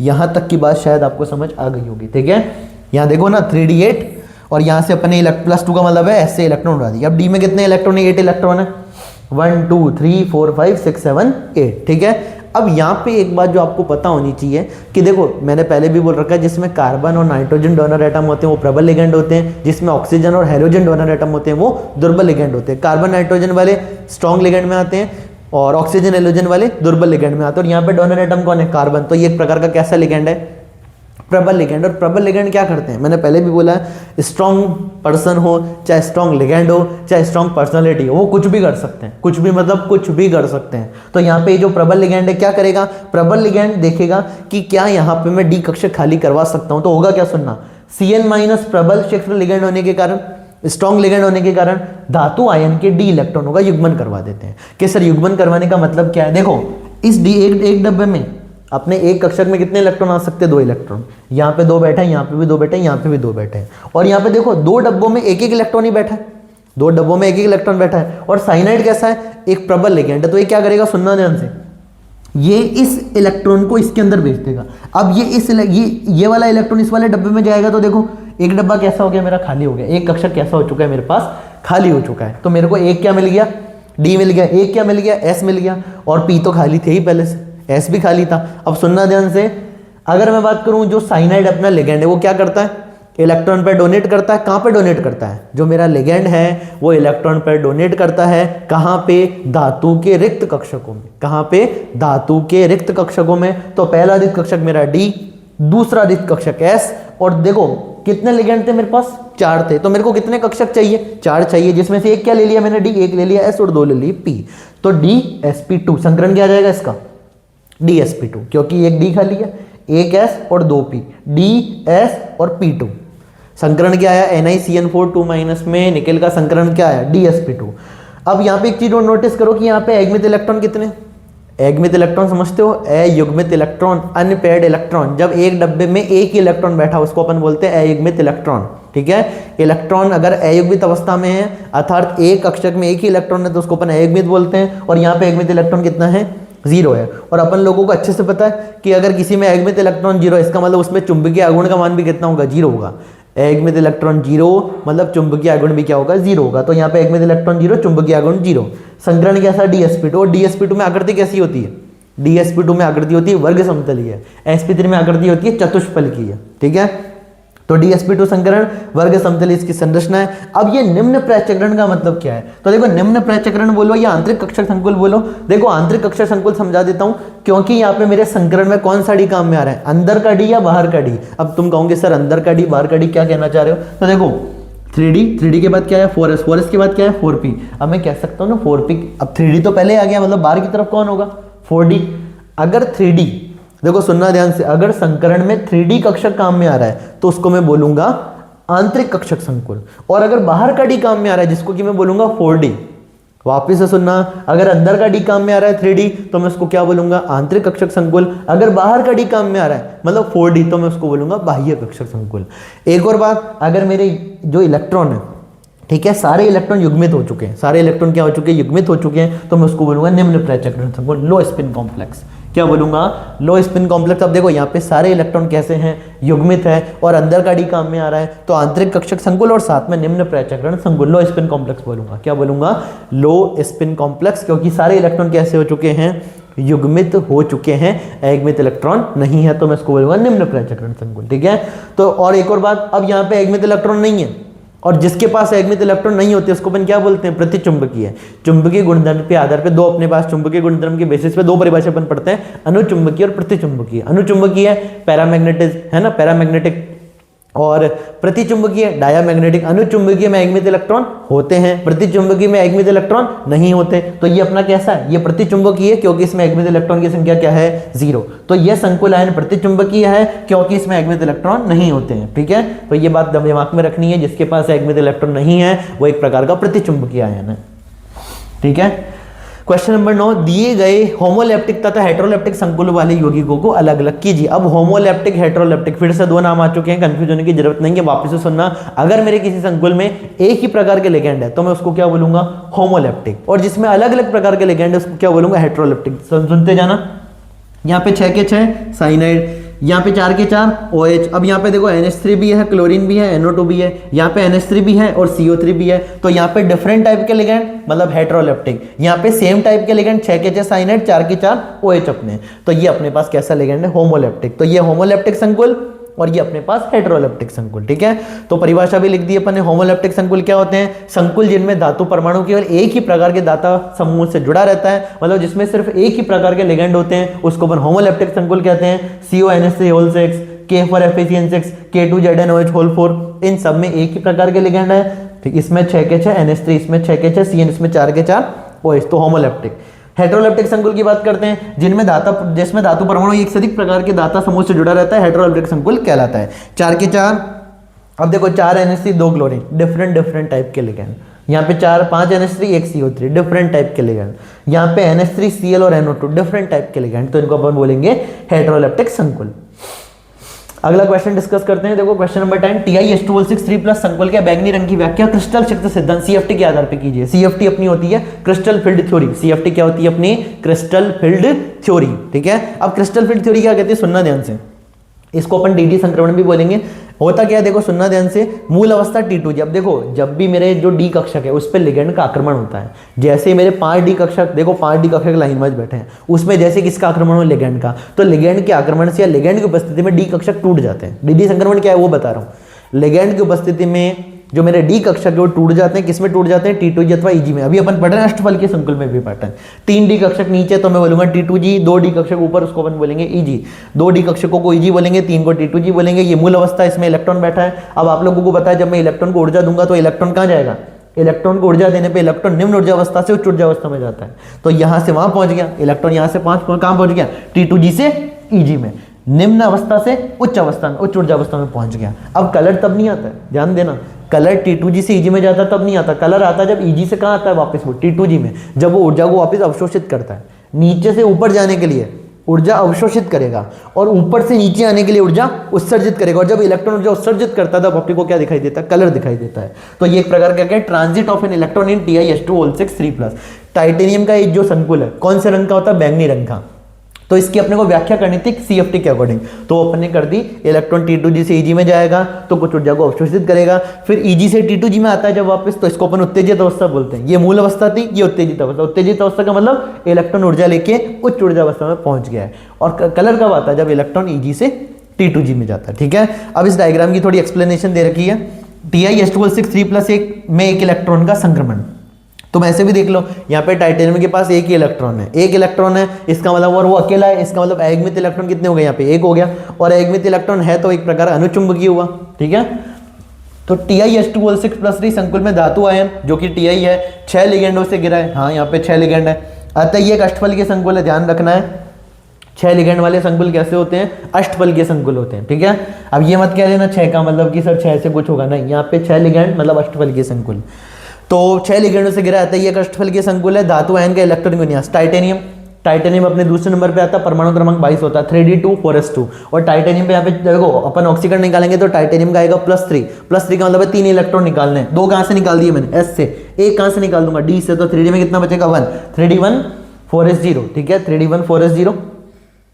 तो यहाँ पे 3d में एक कक्षक था, लिगेंड की उपस्थिति में ये 5d कक्षक टूटे T2G में और EG में। 3 ऑर्बिटल के सेट को T2G बोलते हैं, 2 ऑर्बिटल के सेट को EG बोलते हैं। जब वन ऊर्जा देते हैं, इलेक्ट्रॉन T2G से कहाँ चल जाता है, EG में, फिर ऊर्जा को वापस क्या करता है, उत्सर्जित करता है, और EG से कहाँ जाता है, T2G में। इस प्रोसेस को अपन बोलते हैं DD संक्रमण, और DD संक्रमण के फलस्वरूप कलर अपने को दिखाई देता है। ठीक है, अब यहाँ पे लिख भी रखा अपने पूरी बात। D कक्षक का एक इलेक्ट्रॉन निम्नतम ऊर्जा वाले अवस्था जिसको कि अपन T2G बोलते हैं, T2G में है, ये हरे पीले रंग के प्रकाश की आवृत्ति का अवशोषण करके, हरे पीले रंग की प्रकाश की आवृत्ति का अवशोषण करके उच्च ऊर्जा अवस्था EG में चला जाता है। इस कारण संकुल बैंगनी रंग का दिखाई देता है। अब पूरी बात जो है वो यह है कि जब EG से वापस किस में आएगा, T2G में, तो कुछ ऊर्जा को क्या करेगा, उत्सर्जित करेगा, और जो उत्सर्जित करेगा वही अपने को कलर दिखाई देगा। ठीक है, गर्म करने पर, अब एक और बात जो कि इंपॉर्टेंट है, गर्म करने पे क्या होगा, गर्म करने पे लिगेंड जो कि यहाँ पे कौन है, जल का अणु बाहर निकल जाता है और ये रंगहीन हो जाता है, क्योंकि लिगेंड की अनुपस्थिति में क्रिस्टल चक्र विपाटन नहीं हो पाता। अगर लिगेंड नहीं है तो डी कक्षक टूटेंगे नहीं, और डी कक्षक टूटेंगे नहीं तो डी संक्रमण होगा नहीं, और डी संक्रमण होगा नहीं तो कलर आएगा नहीं। ठीक है, तो ये रंगीन हो जाता है, लिगेंड की अनुपस्थिति में क्रिस्टल चक्र विपाटन नहीं हो पाता। क्वेश्चन नंबर 11, वर्नर द्वारा प्रस्तावित, तो वर्नर की बात अपन ने कर ली थी। वर्नर ने कितनी प्रकार की संयोजकता दी थी, 2 प्रकार की, प्राथमिक और द्वितीयक संयोजकता। और बी है CONH3O6Cl3 में CO की प्राथमिक और द्वितीयक संयोजकता बताइए। अगला Ti(H2O6+3) में एक इलेक्ट्रॉन का संगठन दर्शाने वाला चित्र बनाइए। वापिस से सवाल आ गया है टाइटेनियम वाला।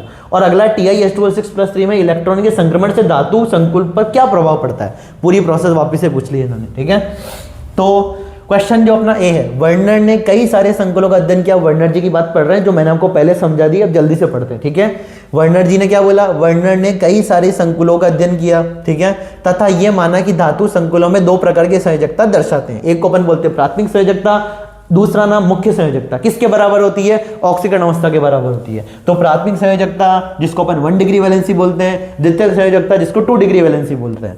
ठीक है, अब इनमें अंतर लिख रहे हैं अपन, 1 डिग्री वैलेंसी और 2 डिग्री वैलेंसी में अंतर। ये किसके बराबर होती है, ये ऑक्सीकरण अवस्था के बराबर होती है। ये उपसंयोजक संख्या या समन्वय संख्या के बराबर होती है। 1 डिग्री वैलेंसी किसके इक्वल है, ON के, ON मतलब ऑक्सीडेशन नंबर। 2 डिग्री वैलेंसी किसके इक्वल है, CN मतलब कोऑर्डिनेशन नंबर, कोऑर्डिनेशन नंबर के इक्वल, और ये अपना ऑक्सीडेशन नंबर के इक्वल। 1 डिग्री वैलेंसी प्राथमिक संयोजकता, एक और नाम मुख्य संयोजकता, किसके बराबर, ऑक्सीकरण अवस्था के बराबर। 2 डिग्री संयोजकता, द्वितीयक संयोजकता, सहायक संयोजकता किसके बराबर, कोऑर्डिनेशन नंबर के या उप संयोजक संख्या के बराबर। अब ये किससे संतुष्ट होती है, ये आयनों द्वारा संतुष्ट होती है, और ये आयन या उदासीन अणुओं द्वारा संतुष्ट होती है। ये आयनन योग्य होती है, मतलब इनका आयनन किया जा सकता है। ये आयनन योग्य नहीं होती। ये कैसी होती है, अदिशात्मक। ये कैसी होती है, दिशात्मक। वर्नर का जब हम डायग्राम बनाते हैं तो प्राथमिक संयोजकता को अपन किससे प्रदर्शित करते हैं, डॉटेड लाइन से, जबकि द्वितीयक संयोजकता को किससे प्रदर्शित करते हैं, सॉलिड लाइन से। ये सारी बातें जब हम डिटेल में लेक्चर लेते हैं तो डिटेल लेक्चर में मैं एक एक चीज़ एक्सप्लेन करता हूँ आपको। ठीक है, और मेरे जो लेक्चर है वो काफ़ी लंबे होते हैं, कम से कम 20 लेक्चर 22 लेक्चर में भी चैप्टर खत्म होता है। तो वो बातें अब अभी नहीं कर सकते अपन, है ना। अभी अपन 1-1.5 घंटे में क्या कर रहे हैं, चैप्टर को खत्म कर रहे हैं। तो जब डिटेल क्लास होगी तब आपको मैं एक एक चीज़ एक्सप्लेन भी करूंगा। पर आपके तो चलो नीट वगैरह की जो तैयारी करेंगे बच्चे, नीट जेई की, तो उनको मैं इसी चैनल पर नीट जेई का भी कोर्स करवाऊंगा, तो बने रहना। ठीक है, अभी 12th के लिए अपना इतना काफ़ी है, क्योंकि अभी अपन रिविजन कर रहे हैं। ठीक है, बात करते हैं CONH3O6Cl3 की। देखो सारी बातें समझा देता हूँ।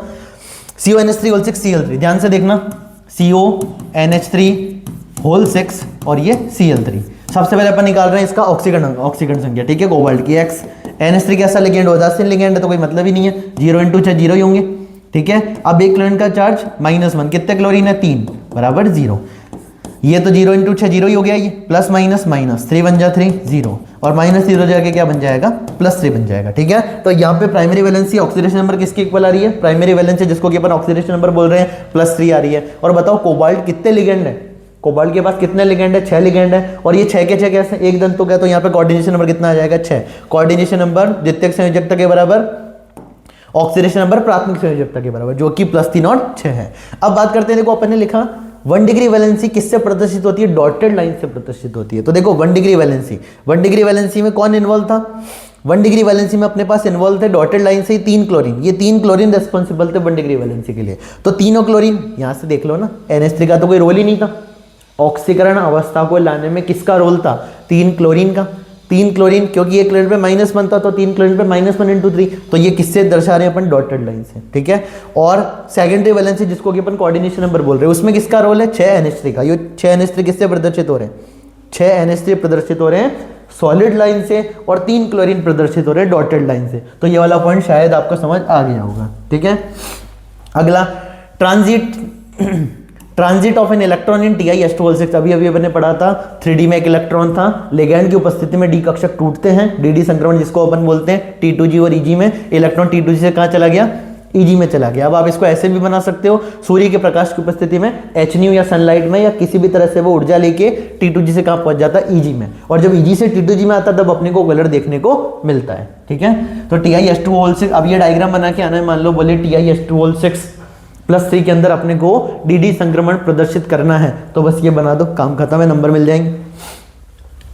हाँ, आगे उप संयोजक यौगिकों में रंगों की व्याख्या क्रिस्टल क्षेत्र सिद्धांत के आधार पर सहज ही की जा सकती है। ठीक है, अपन CFT के अकॉर्डिंग बता सकते हैं कि कोई कंपाउंड कलर्ड होगा या कलरलेस होगा। ठीक है, संकुल TiS2O6 3+ का उदाहरण ले, जो कि बैंगनी रंग का है। ये कष्टफलकी संकुल है, क्योंकि इसमें कितने लिगेंड है, 6 लिगेंड है, तो ये एक प्रकार का कष्टफलकी संकुल है जिसमें धातु के डी कक्षक का एक इलेक्ट्रॉन Ti+3 एक 3D1 निकाय में है, संकुल की निम्नतम ऊर्जा अवस्था में है।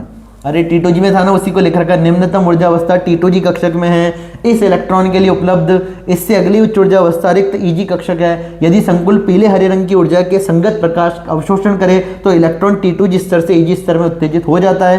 पहले था T2G1 EG 0 और T2G में 0, बाद में कहाँ चला गया वो, EG में। देखो पहले इलेक्ट्रॉन, इसको अपन कैसे लिखेंगे, इसको लिखेंगे T2G1, क्योंकि T2G में कितना इलेक्ट्रॉन है, 1, तो T2G1 EG 0। HNU सनलाइट के प्रेजेंस में किस में चेंज हो गया, अब T2G में कितना बचा 0, EG में कितना बचा 1, तो पहले था T2G1 EG 0 और फिर जैसे इसने क्या करा, पीले हरे रंग की क्षेत्र की ऊर्जा का अवशोषण किया, तो उससे किसमें चेंज हो गया, T2G 0 EG 1। इसका मतलब है DD क्या हो गया, संक्रमण, एक D से दूसरे D में इलेक्ट्रॉन चला गया। ठीक है, इसके फलस्वरूप संकुल बैंगनी रंग का दिखाई देता है। क्रिस्टल क्षेत्र सिद्धांत ये मानता है कि उपसंयोजक यौगिकों का रंग इलेक्ट्रॉन के DD संक्रमण, जिसको अपन बोलते हैं DD ट्रांजिशन के कारण होता है। ठीक है, अपन ऐसे कह सकते हैं जनरली ज्यादातर केस में अगर किसी भी कंपाउंड में कलर आ रहा है, इसके पीछे कौन सा रीजन है, DD संक्रमण। ठीक है, ये ध्यान देना महत्वपूर्ण है कि लिगेंड की अनुपस्थिति में क्रिस्टल क्षेत्र विपाटन नहीं होता है। ध्यान देना, लिगेंड की अनुपस्थिति में क्रिस्टल क्षेत्र विपाटन नहीं होता है, तो ये पदार्थ रंगहीन होता है। उदाहरण TiS2O6 Cl3 को गर्म करने पर इसमें से जल निकल जाने पर यह रंगहीन हो जाता है, जल निकल जाने के कारण। देखो क्वेश्चन बनाता हूं, यहाँ पे सुनना ध्यान से। TiS2O6+3 है ना, TiS2O6+3 बैंगनी रंग का संकुल है, पर जब हम इस संकुल को गर्म करते हैं, ठीक है, तो ये रंगहीन हो जाता है। इस प्रश्न की व्याख्या कीजिए, तो अपने को क्या बोलना है, TiS2O6, ठीक है, +3, पूरे डब्बे पे +3 चार्ज है, तो अपन ऐसे बोलेंगे जब तक इसमें लिगेंड के रूप में जल है तो लिगेंड की उपस्थिति में डी कक्षक टूटेंगे, T2G में और EG में, और इलेक्ट्रॉन एक डी से किस में जाएगा, दूसरे डी में। मतलब यहाँ पे अपने को DD संक्रमण देखने को मिलेगा, अतः ये रंगीन है, ठीक है, कलर्ड है। पर अगर मैं बात करूँ जब अपन इस कंपाउंड को गर्म करते हैं, गर्म करने पे जल उड़ जाता है, ठीक है, गर्म करने पे जल को अपन ने वहां से गायब कर दिया है, जल निकल गया है वहां से, तो यहाँ पे लिगेंड नहीं है, और लिगेंड नहीं है मतलब डी कक्षक टूटेंगे नहीं T2G EG में, मतलब यहाँ पे DD संक्रमण देखने को नहीं मिलेगा, अतः वो रंगहीन हो जाएगा। ठीक है, ये बात अपने को आनी चाहिए।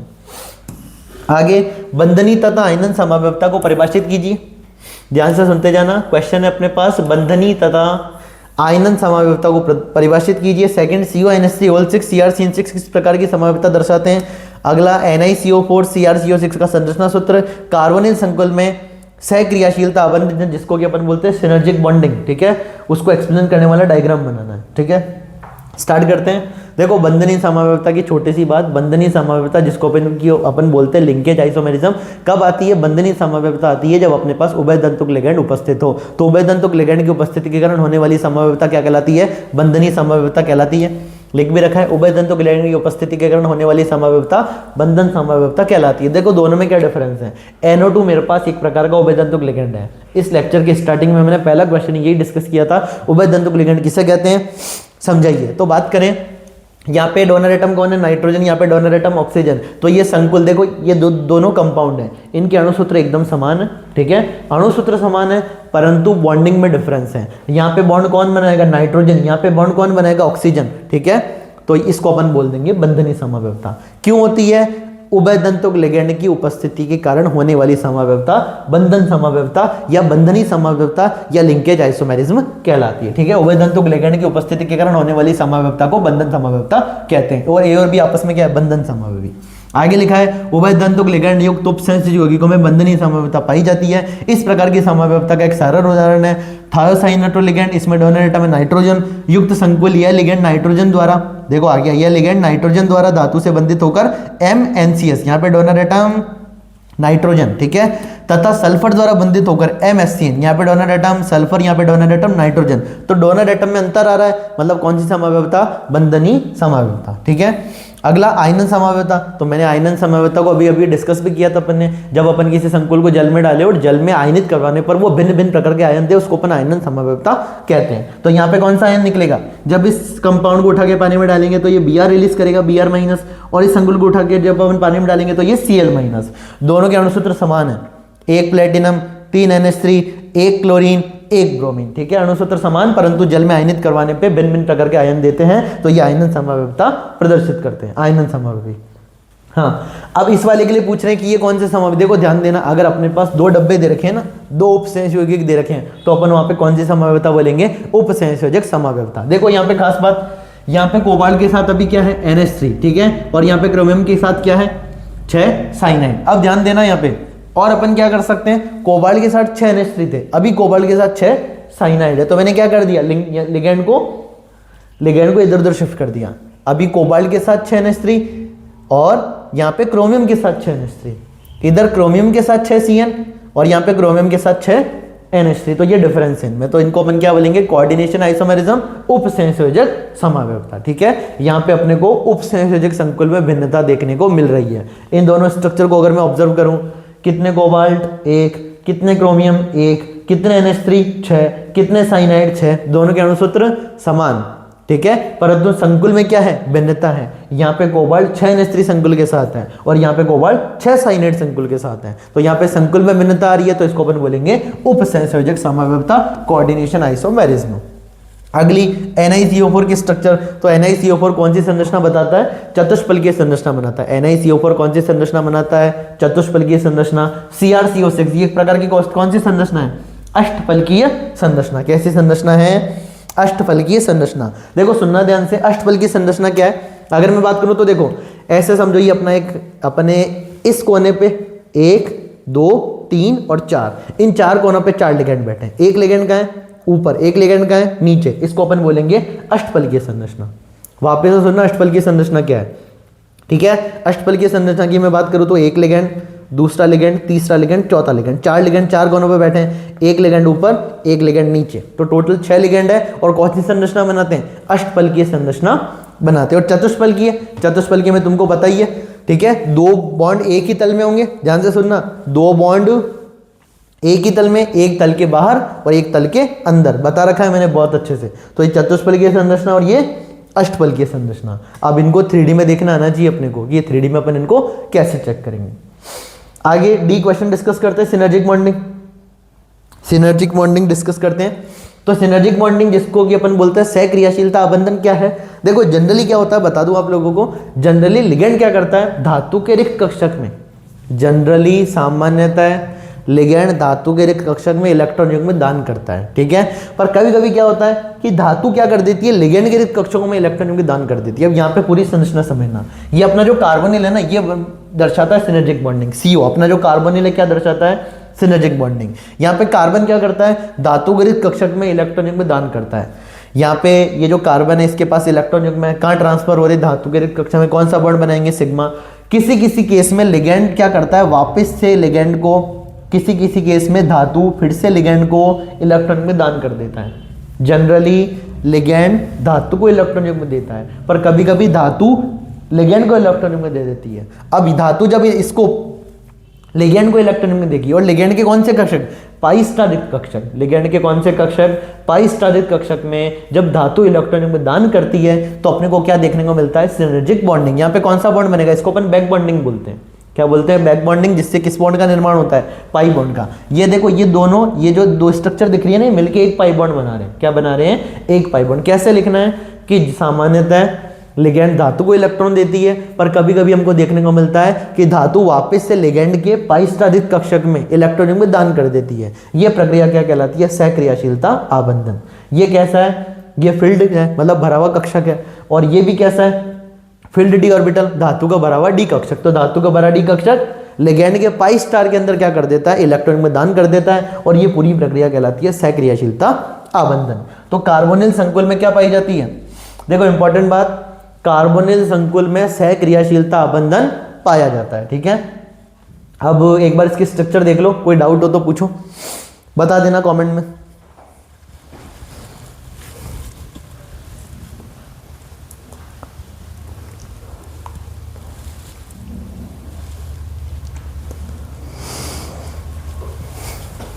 स्टार्ट करते हैं क्वेश्चन नंबर 13, ध्यान से सुनते जाना। इसका अपने को आईयूपीएसी नाम लिखना है। क्वेश्चन नंबर 13, K3FeC2 संकुल का आईयूपीएसी नाम लिखना है। तो देखो सुनते जाना। सबसे पहले अपन लिखते हैं धनायन का नाम। ध्यान रखना, संकुल के बाद जो धनायन होता है ना या ऋणायन होता है, उसकी संख्या अपन कभी भी नहीं लिखते। तो ये अपना K3, तो इसको अपन लिखेंगे पोटेशियम। क्या लिखेंगे, पोटेशियम। फिर अपन लिखते हैं लिगेंड की संख्या। लिगेंड की संख्या 3 को अपन बोलेंगे ट्राई, तो पोटेशियम ट्राई। C2O4 को अपन बोलते हैं ऑक्सीलेटो, तो पोटेशियम ट्राई ऑक्सीलेटो। और यहाँ पे आयरन को अपन बोलेंगे फेरेट। मैंने कहा धातु अगर ऋणात्मक संकुल में है तो उसके नाम के पीछे क्या लगा देते हैं, अपन 8 लगा देते हैं। तो पोटेशियम ट्राई ऑक्सीलेटो फेरेट थर्ड, तो ये इसका आईयूपीएसी नेम हो गया।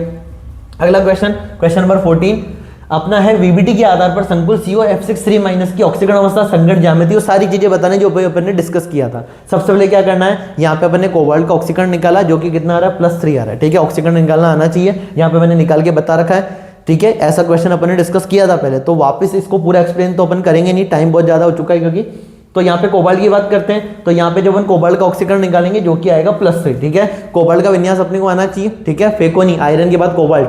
आयरन का विन्यास होता है अपना, देखो मैग्नीज का 3d5 कोबाल्ट का अपना फेकोनी, आयरन का 3d6 कोबाल्ट का 3d7 तो 3d7 अब +3 का मतलब कितने इलेक्ट्रॉन की कमी है, 3 इलेक्ट्रॉन की कमी है। तो S से 2 निकाल दो, D से 1 निकाल दो, तो 3d6 4s0 4p0 यहाँ पे बात करूं, फ्लोरीन एक प्रकार का कैसा लिगेंड है, वीक लिगेंड है, दुर्बल शक्त लिगेंड है। और दुर्बल मैंने कहा वीक पेयरिंग नहीं करवा पाएंगे। जो दुर्बल लिगेंड होते हैं वो युग्मन नहीं करवा पाते हैं, तो यहाँ पे युग्मन नहीं करवा पाएंगे। देखो युग्मन नहीं करवा पाने का मतलब यहाँ पे जो 4 अपने पास कक्षक है D, उसमें इलेक्ट्रॉन जो है वो चारों एक एक डब्बे में आराम से बैठे रहेंगे। ठीक है, तो यहाँ पे कितने एकमित इलेक्ट्रॉन हो गए, 1 2 3 4, यहाँ पे 4 एकमित इलेक्ट्रॉन है।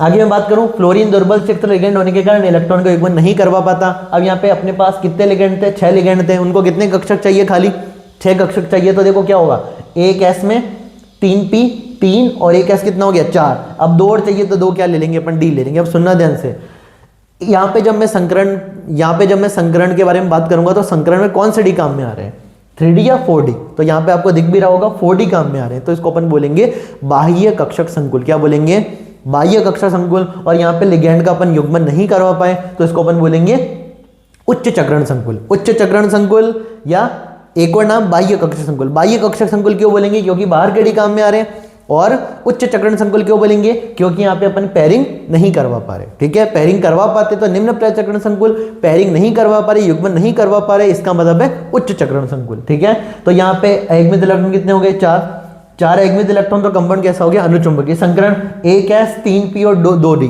तो sp3d2 sp3d2।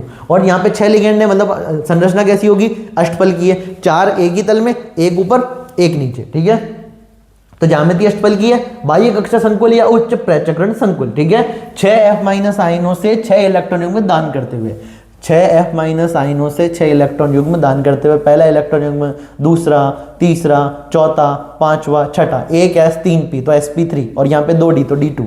संकरण हो गया इसका sp3d2। ज्यामिति हो गई अष्टफल की है, बाहर का डी काम में आ रहा है तो बाह्य कक्षा संकुल, और ये सारे के सारे अगमित है तो उसको अपन बोलेंगे उच्च प्रचक्रण संकुल। ठीक है, अनुचुंबकीय अष्टफल के संकुल संकरण sp3d2 के लिए बाह्य कक्षा संकुल 4D प्रयुक्त करता है, इसलिए ये बाह्य कक्षा संकुल कहलाता है, या उच्च प्रचक्रण संकुल या प्रचक्रण मुक्त संकुल, ये सारे इसी के नाम है।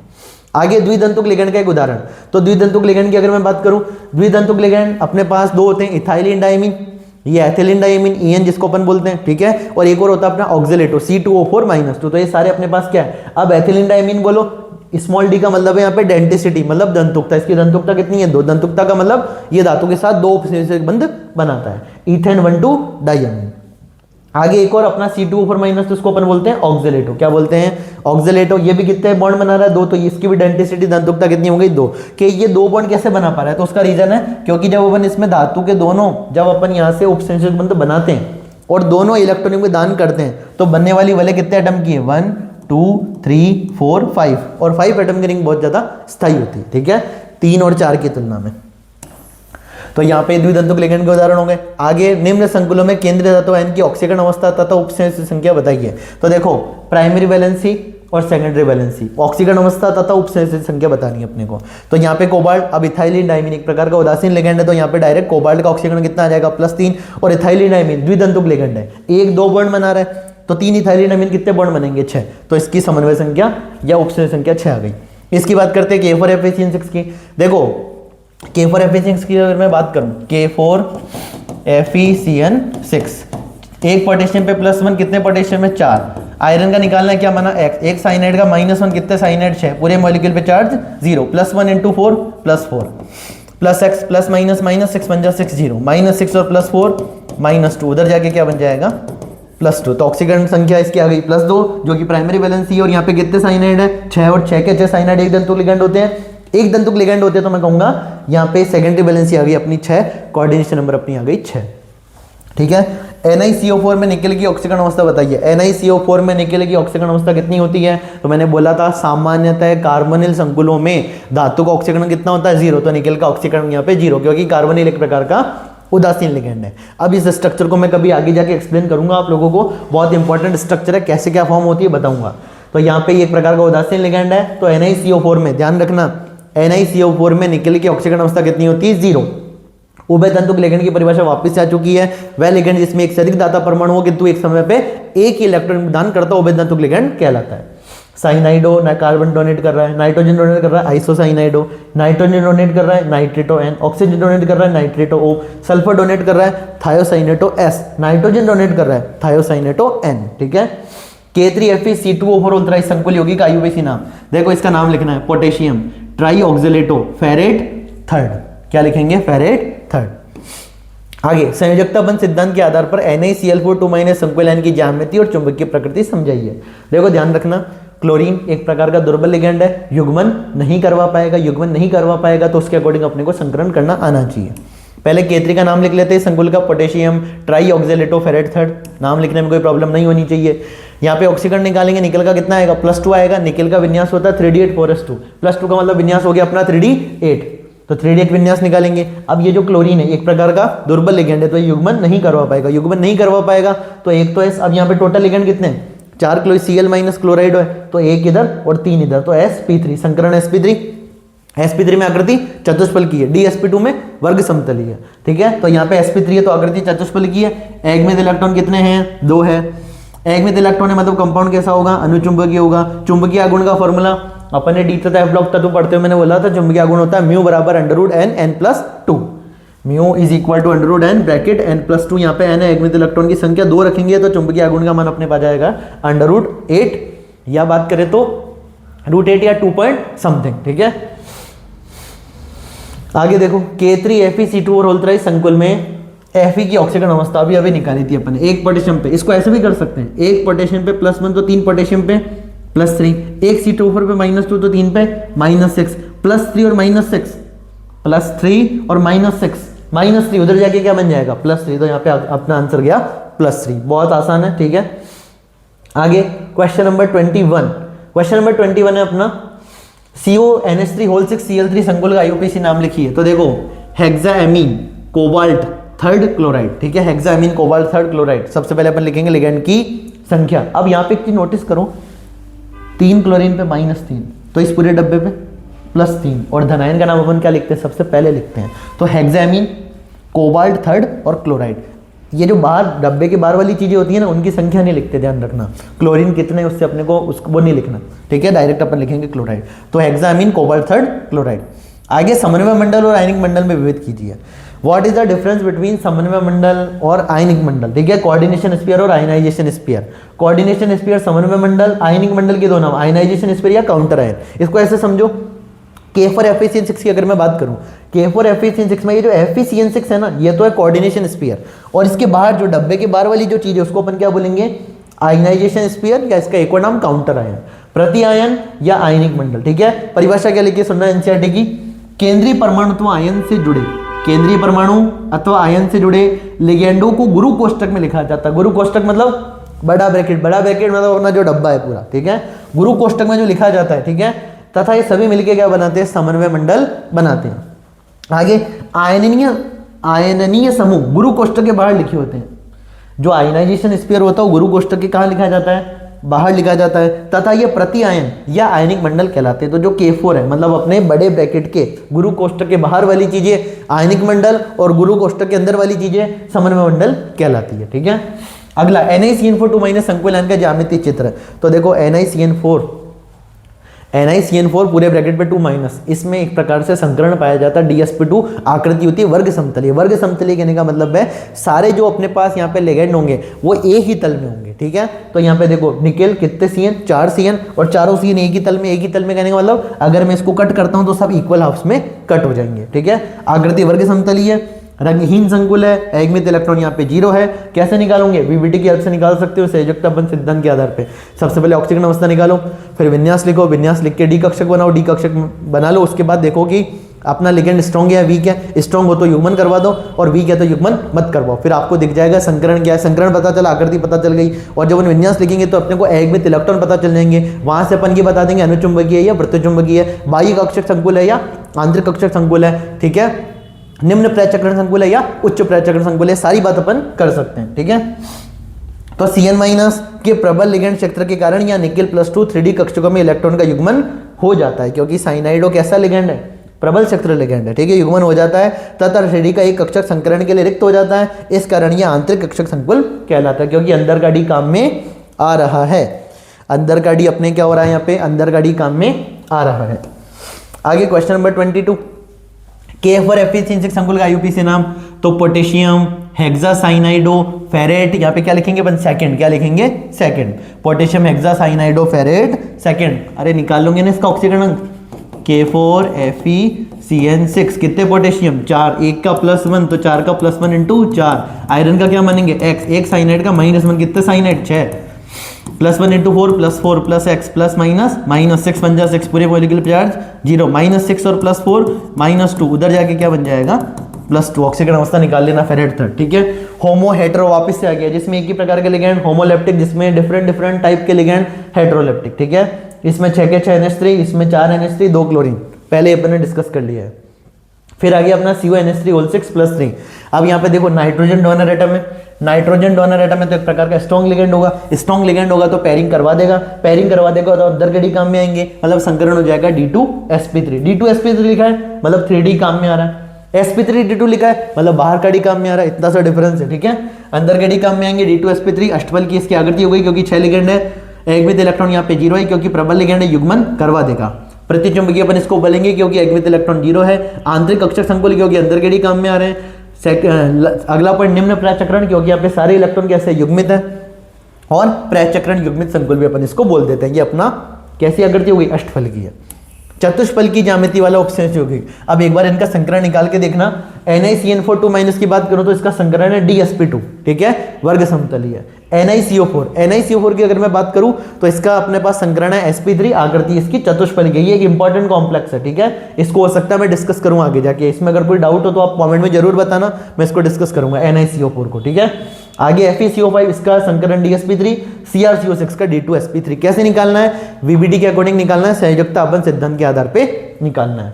DsP2 में आकृति वर्ग समतलीय, sp3 में चतुष्फलकीय, DsP3 में त्रिकोणीय द्विपिरामिडीय, D2sp3 में अष्टफलकीय। ठीक है, अगला क्वेश्चन डिस्कस करते हैं, क्वेश्चन नंबर 24।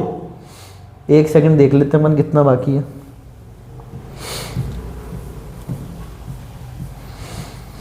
हम्म 24 पेजेस हैं ये अपना, 23, 22, 21।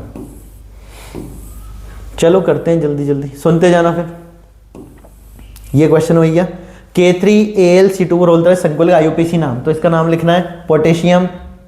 अब यहाँ पे देखो ऑक्जेलेटो, तो यहाँ पे 3 को क्या बोलेंगे? Try, potassium try oxalato aluminate third, potassium try oxalato aluminate third. Aluminate क्यों? क्योंकि ऋणायनिक संकुल है, इस पोटेशियम की संख्या नहीं लिखेंगे। C2O4 को अपन ऑक्जेलेटो बोलते हैं, कितने? 3, तो potassium try oxalato aluminate third. समन्वय बहुफलक को परिभाषित कीजिए। समन्वय बहुफलक क्या होता है? केंद्रीय परमाणुत्व आयन से जुड़े लिगैंड, केंद्रीय परमाणुत्व आयन से जुड़े लिगैंड परमाणुओं की द्विक व्यवस्था, द्विक स्थान व्यवस्था। ठीक है, स्पेशियल अरेंजमेंट की वो स्पेस के अंदर कैसे अरेंज हो रखा है। ठीक है, को समन्वय बहुफलक कहते हैं। इनमें अष्टफलकीय, वर्ग समतलीय, चतुष्फलकीय मुख्य है। मतलब ऐसे समझो कि अपने पास आकृति कैसी है, अगर PtCl4 है तो इसकी आकृति कैसी है? वर्ग समतलीय है, मतलब सारे लिगैंड एक ही तल में है। NaCO4 है, मतलब आकृति कैसी है? चतुष्फलकीय है, मतलब दो जो बंद होंगे एक ही तल में, दो बंद एक तल में, एक तल के बाहर, एक तल के अंदर। और CuNH3 ये कैसा होगा?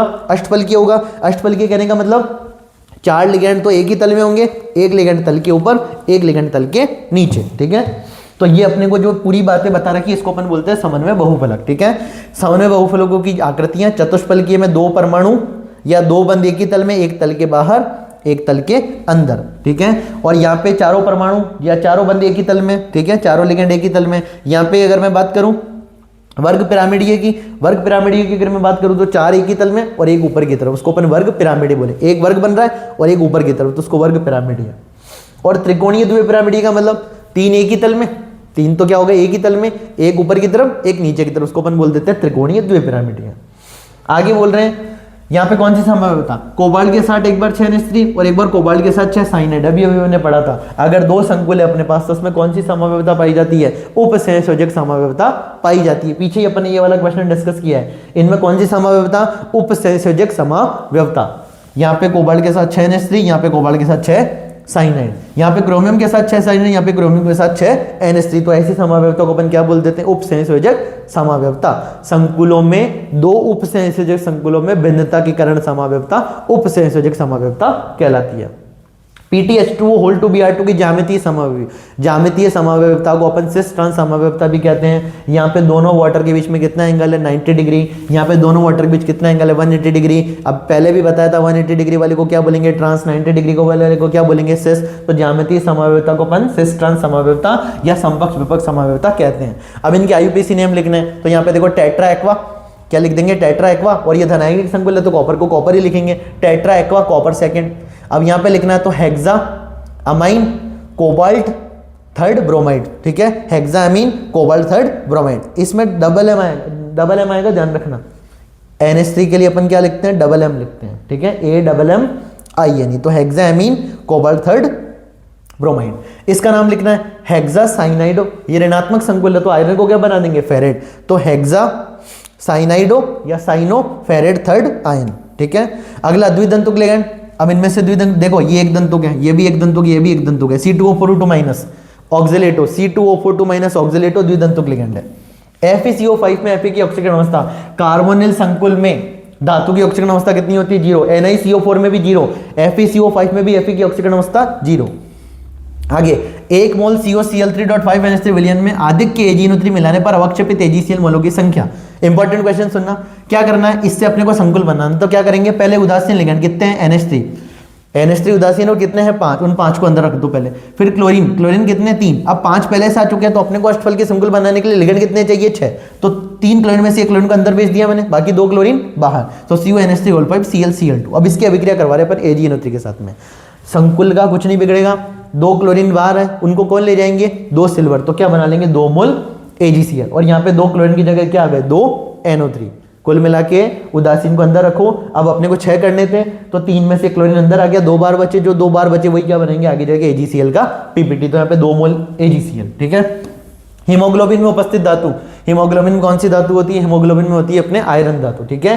Haemoglobin the red pigment of blood, the red pigment of blood which act as oxygen carrier is coordination compound of iron, iron का उपसंयोजक यौगिक है कौन?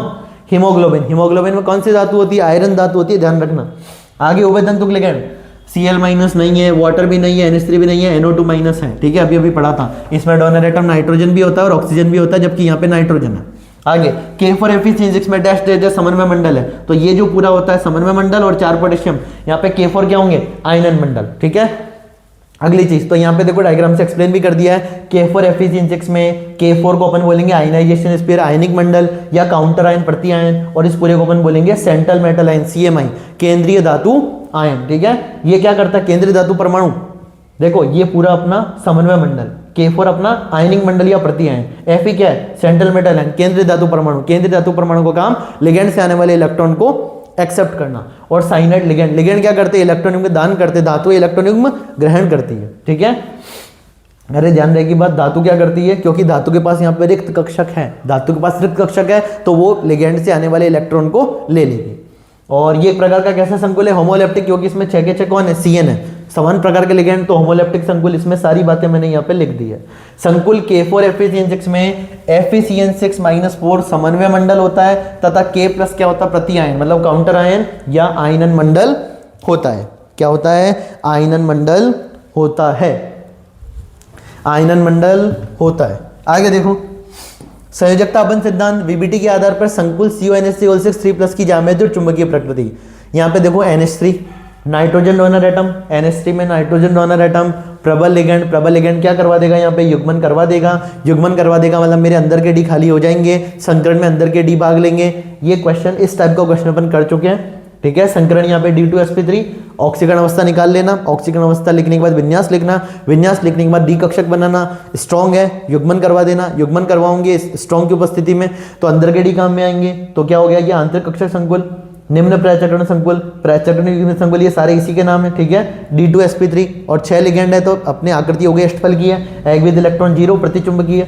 अब यहाँ पे मैंने देखो और क्या लिखा है? संकुल के निर्माण के लिए, संकुल के निर्माण के लिए आंतरिक डी कक्षक, जिसको केवल बोलेंगे 3D प्रयुक्त होते हैं, ये अपना आंतरिक कक्षक संकुल है, ठीक है। कैसा संकुल है? आंतरिक कक्षक संकुल। क्वेश्चन नंबर 36, क्वेश्चन नंबर 36 और शायद ये लास्ट क्वेश्चन है ना, क्वेश्चन नंबर 36 जो कि अपना लास्ट क्वेश्चन है। तो लास्ट क्वेश्चन डिस्कस करते हैं, टाइम काफ़ी ज़्यादा हो चुका है, 2:40। चलो जल्दी से खत्म करते हैं। लास्ट क्वेश्चन, संयोजकता अपन सिद्धांत के आधार पर, VBT के आधार पर है ना, संयोजकता अपन सिद्धांत VBT के आधार पर संकुल COF6 3- की ज्यामितीय चुंबकीय प्रकृति को समझाइए। सुनते जाना ध्यान से।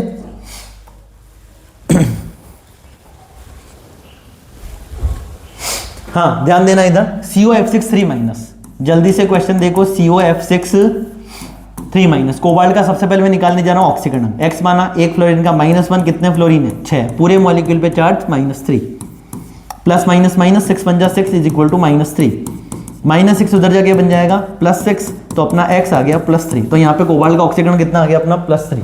कोबाल्ट का ऑक्सीकरण यहाँ पे अपना आया +3। अब कोबाल्ट की बात करते हैं, फेकोनी, अरे आयरन, कोबाल्ट, निकेल।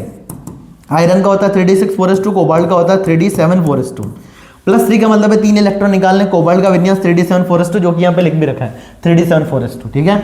अब कोबाल्ट के ऊपर +3 है, इसका मतलब 3 इलेक्ट्रॉन निकालने, 2 निकाल देंगे S से, 2 किससे निकाल देंगे?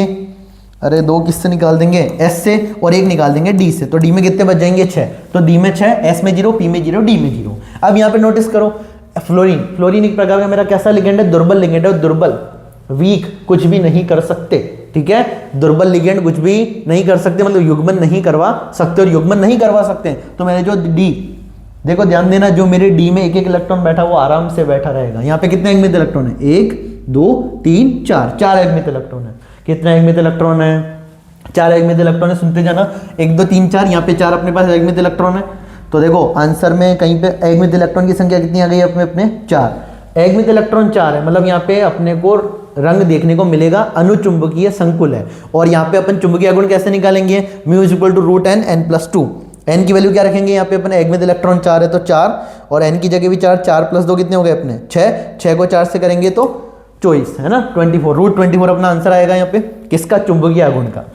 अब यहाँ पे क्योंकि दुर्बल क्षेत्र लिगेंड है तो युग्मन नहीं करवा पाएगा, तो एक एस काम में आने वाले कितने लिगेंड है 6, तो एक एस और 3 पी तो sp3। अब 6 में से 3 पी 1 एस तो टोटल 4। अब 2 और बचे तो 2 डी काम में आएंगे, और यहाँ पे डी कौन से काम में आ रहे हैं, बाहर के डी काम में आ रहे हैं, मतलब 3D या 4D, तो आंसर जाएगा सर 4D काम में आ रहा है, बाहर के डी काम में आ रहे हैं। तो अपन बोलेंगे F माइनस, दुर्बल क्षेत्र लिगेंड वीक लिगेंड होने के कारण युग्मन नहीं करवा सकता है। ठीक है, यहाँ पे 4 अपने पास क्या हो गए, 4 एकमित इलेक्ट्रॉन हो गए, तो यहाँ पे 1 s 3 p और 2 d, तो संकरण हो गया sp3 और d2, sp3 d2 संकरण हो गया।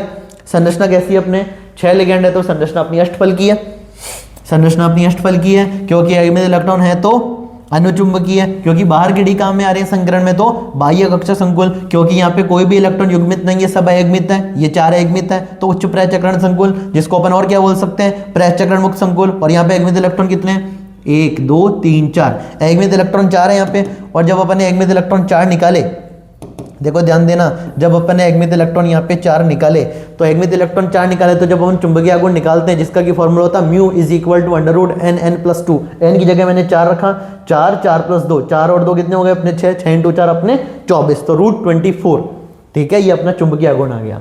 अब यहाँ पे और क्या लिखा है, अष्टफलकीय संकुल COF6 3- जिसका संकरण होता है sp3d2 के लिए बाह्य कक्षक, जिसका कि मतलब है 4D प्रयुक्त करता है, इसलिए ये एक बाह्य कक्षक संकुल या उच्च प्रचक्रण संकुल या प्रचक्रण मुक्त संकुल कहलाता है। देखो यहाँ पे मैंने क्या करा, ये जो अपना पूरा लेक्चर है, इस लेक्चर को मैंने आपके लिए इंपॉर्टेंट क्वेश्चन की हेल्प से खत्म किया है। आपको बोर्ड एग्जाम में इससे रिलेटेड इंपॉर्टेंट क्वेश्चन देखने को मिलेंगे, हो सकता है कुछ क्वेश्चन एज इट इज देखने को मिले। तो अगर आप ये पूरा वीडियो लेक्चर देखते हो, अगर आप अभी तक यहाँ तक पहुँचे हो, मतलब आप पूरा वीडियो देखते हुए आ रहे हो, तो आप पहले से भीड़ से अलग हो चुके हो, आपने काफ़ी सारी चीज़ें इसमें सीखी है। अगर इस वीडियो लेक्चर में आपको कोई भी डाउट हो किसी भी क्वेश्चन में, तो क्वेश्चन का नंबर लिख दो कमेंट में, या पूरा का पूरा क्वेश्चन भी लिख सकते हो, उस क्वेश्चन को मैं वापस एक्सप्लेन कर दूंगा आपके लिए, चाहे किसी भी बच्चे को डाउट हो। ठीक है, हो सकता है अगर किसी बच्चे को डाउट आ रहा हो, वैसे तो मैंने जितना आसानी से समझाया जा सकता था उतना आसानी से यहाँ पे आपको समझाया। ध्यान देना यहाँ पे मेरे सारे बच्चों, जितना आसानी से समझाया जा सकता था उतना आसानी से समझाया मैंने, पर फिर भी अगर किसी को डाउट हो कमेंट कर देना, उस पर्टिकुलर टॉपिक पे मैं वीडियो आपके लिए बना दूंगा। ठीक है, और अगर ये वीडियो लेक्चर पसंद आया तो इसको लाइक करना। ठीक है, इस वीडियो को अपने दोस्तों के साथ शेयर करना, सब्सक्राइब करना और कमेंट करना कौन सा पार्ट पसंद आया। अगर हेल्प आपकी थोड़ी बहुत भी हुई है, इस चैप्टर में थोड़ा बहुत भी आपको कॉन्फिडेंस आया है, तब भी कमेंट करके मेरे को जरूर बताना, तभी मैं आगे और इंपॉर्टेंट वीडियो लाऊंगा आपके लिए। और इस चैनल पे आपको बहुत अच्छी अच्छी चीज़ें देखने को मिल रही है और आगे भी मिलती रहेगी, और एक आपके लिए बहुत अच्छा सरप्राइज है जो मैं कुछ ही दिन में लेके आने वाला हूँ। ठीक है, बाकी बातें अपन अगली क्लास में करेंगे कि इंपॉर्टेंट वीडियो के साथ में। तब तक के लिए थैंक यू।